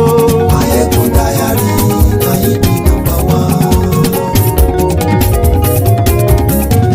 Maiyegun làwa mọ̀ làmọ̀ tó dòdòdò. Maiyegun Diary, Maiyegun #1. Maiyegun ti dé o, ọ̀rẹ́ ará ìlú. Maiyegun Diary, Maiyegun #1. Lórí Facebook, lórí YouTube. Maiyegun Diary, Maiyegun #1. Gbogbo bó ṣe ń lọ ni Maiyegun já wa sí. Maiyegun Diary, Maiyegun #1. Àṣírí ọ̀jẹ̀lú kì í bò níbẹ̀ o. Maiyegun Diary, Maiyegun #1. Bó bá ṣe eré, àní Maiyegun máa wí. Maiyegun Diary, Maiyegun #1. Ó sì tún ṣe eré, wàá gbọ́ níbẹ̀ o. Maiyegun Diary, Maiyegun #1. Maiyegun Diary, Diary Politico.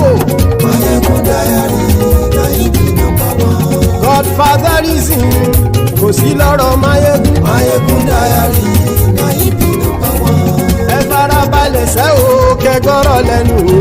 Maiyegun diary na him be number one. àní Maiyegun làwa mọ̀ o làwa mọ̀ tó dódòdó. Maiyegun diary na him be number one.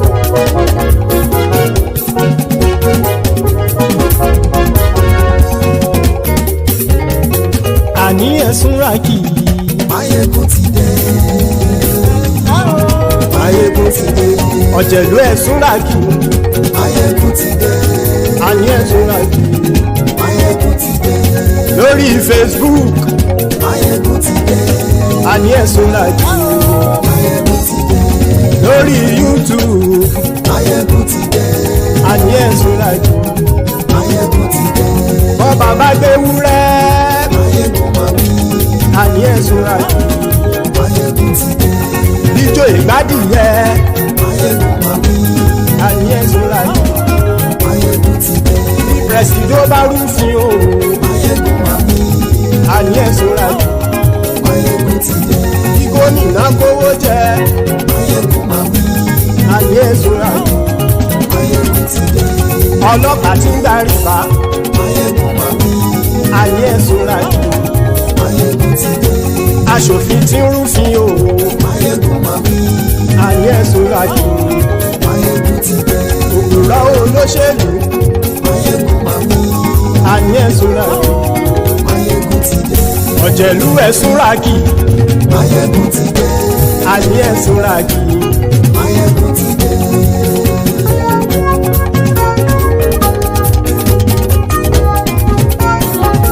Maiyegun ti dé. gbogbo ọ̀jẹ̀lú ẹ̀sùn ràkì. Maiyegun ti dé. gbogbo ọ̀jẹ̀lú ẹ̀sùn ràkì. ṣùgbọ́n ní bá ti ṣe èyí tó yẹ kí wọ́n ṣe ọmọ bá dèrò ní fi wọ́n níran o. Maiyegun ti dé. Gbogbo ọ̀jẹ̀lú ẹ̀sùn ràkì. Maiyegun ti dé. Gbogbo ọ̀jẹ̀lú ẹ̀sùn ràkì. ṣùgbọ́n ní bá ti ṣe yìí tó yẹ kí wọ́n ṣe ọmọ bá dẹ́rọ̀ ò ní fi wọ́n níran. wọ́n fowó bẹ́ẹ̀ o Maiyegun ó sọ pé wọ́n ò bẹ́ẹ̀ wọ́n fowó bẹ́ẹ̀ Maiyegun ó sọ pé wọ́n ò bẹ́ẹ̀ oníkan ṣáàtì ṣe yìí tó yẹ kí wọ́n ṣe fáwọn ará ìlú tó gbé wọn débẹ̀ o àyè. Maiyegun ti dé gbogbo ọ̀jẹ̀lú ẹ̀sùn ràkì. Maiyegun ti dé gbogbo ọ̀jẹ̀lú ẹ̀sùn ràkì. ṣùgbọ́n ní bá ti ṣe yìí tó yẹ kí wọ́n ṣe ọmọ bá dẹ́rọ̀ ò ní fi wọ́n níran. kì máa yí ṣe eré ọ̀rọ̀ yìí kì í ṣe ẹ̀fẹ̀ kì máa yí ṣe eré ọ̀rọ̀ yìí kì í ṣe ẹ̀fẹ̀ ẹni bá ti lè lẹ́bọ̀ lẹ́rù o ọmọ bá dèrò kàṣà ìtú wọn síta. Maiyegun ti dé gbogbo ọ̀jẹ̀lú ẹ̀sùn ràkì. Maiyegun ti dé gbogbo ọ̀jẹ̀lú ẹ̀sùn ràkì. ṣùgbọ́n ní bá ti ṣe yìí tó yẹ kí wọ́n ṣe ọmọ bá dẹ́rọ̀ ò ní fi wọ́n níran.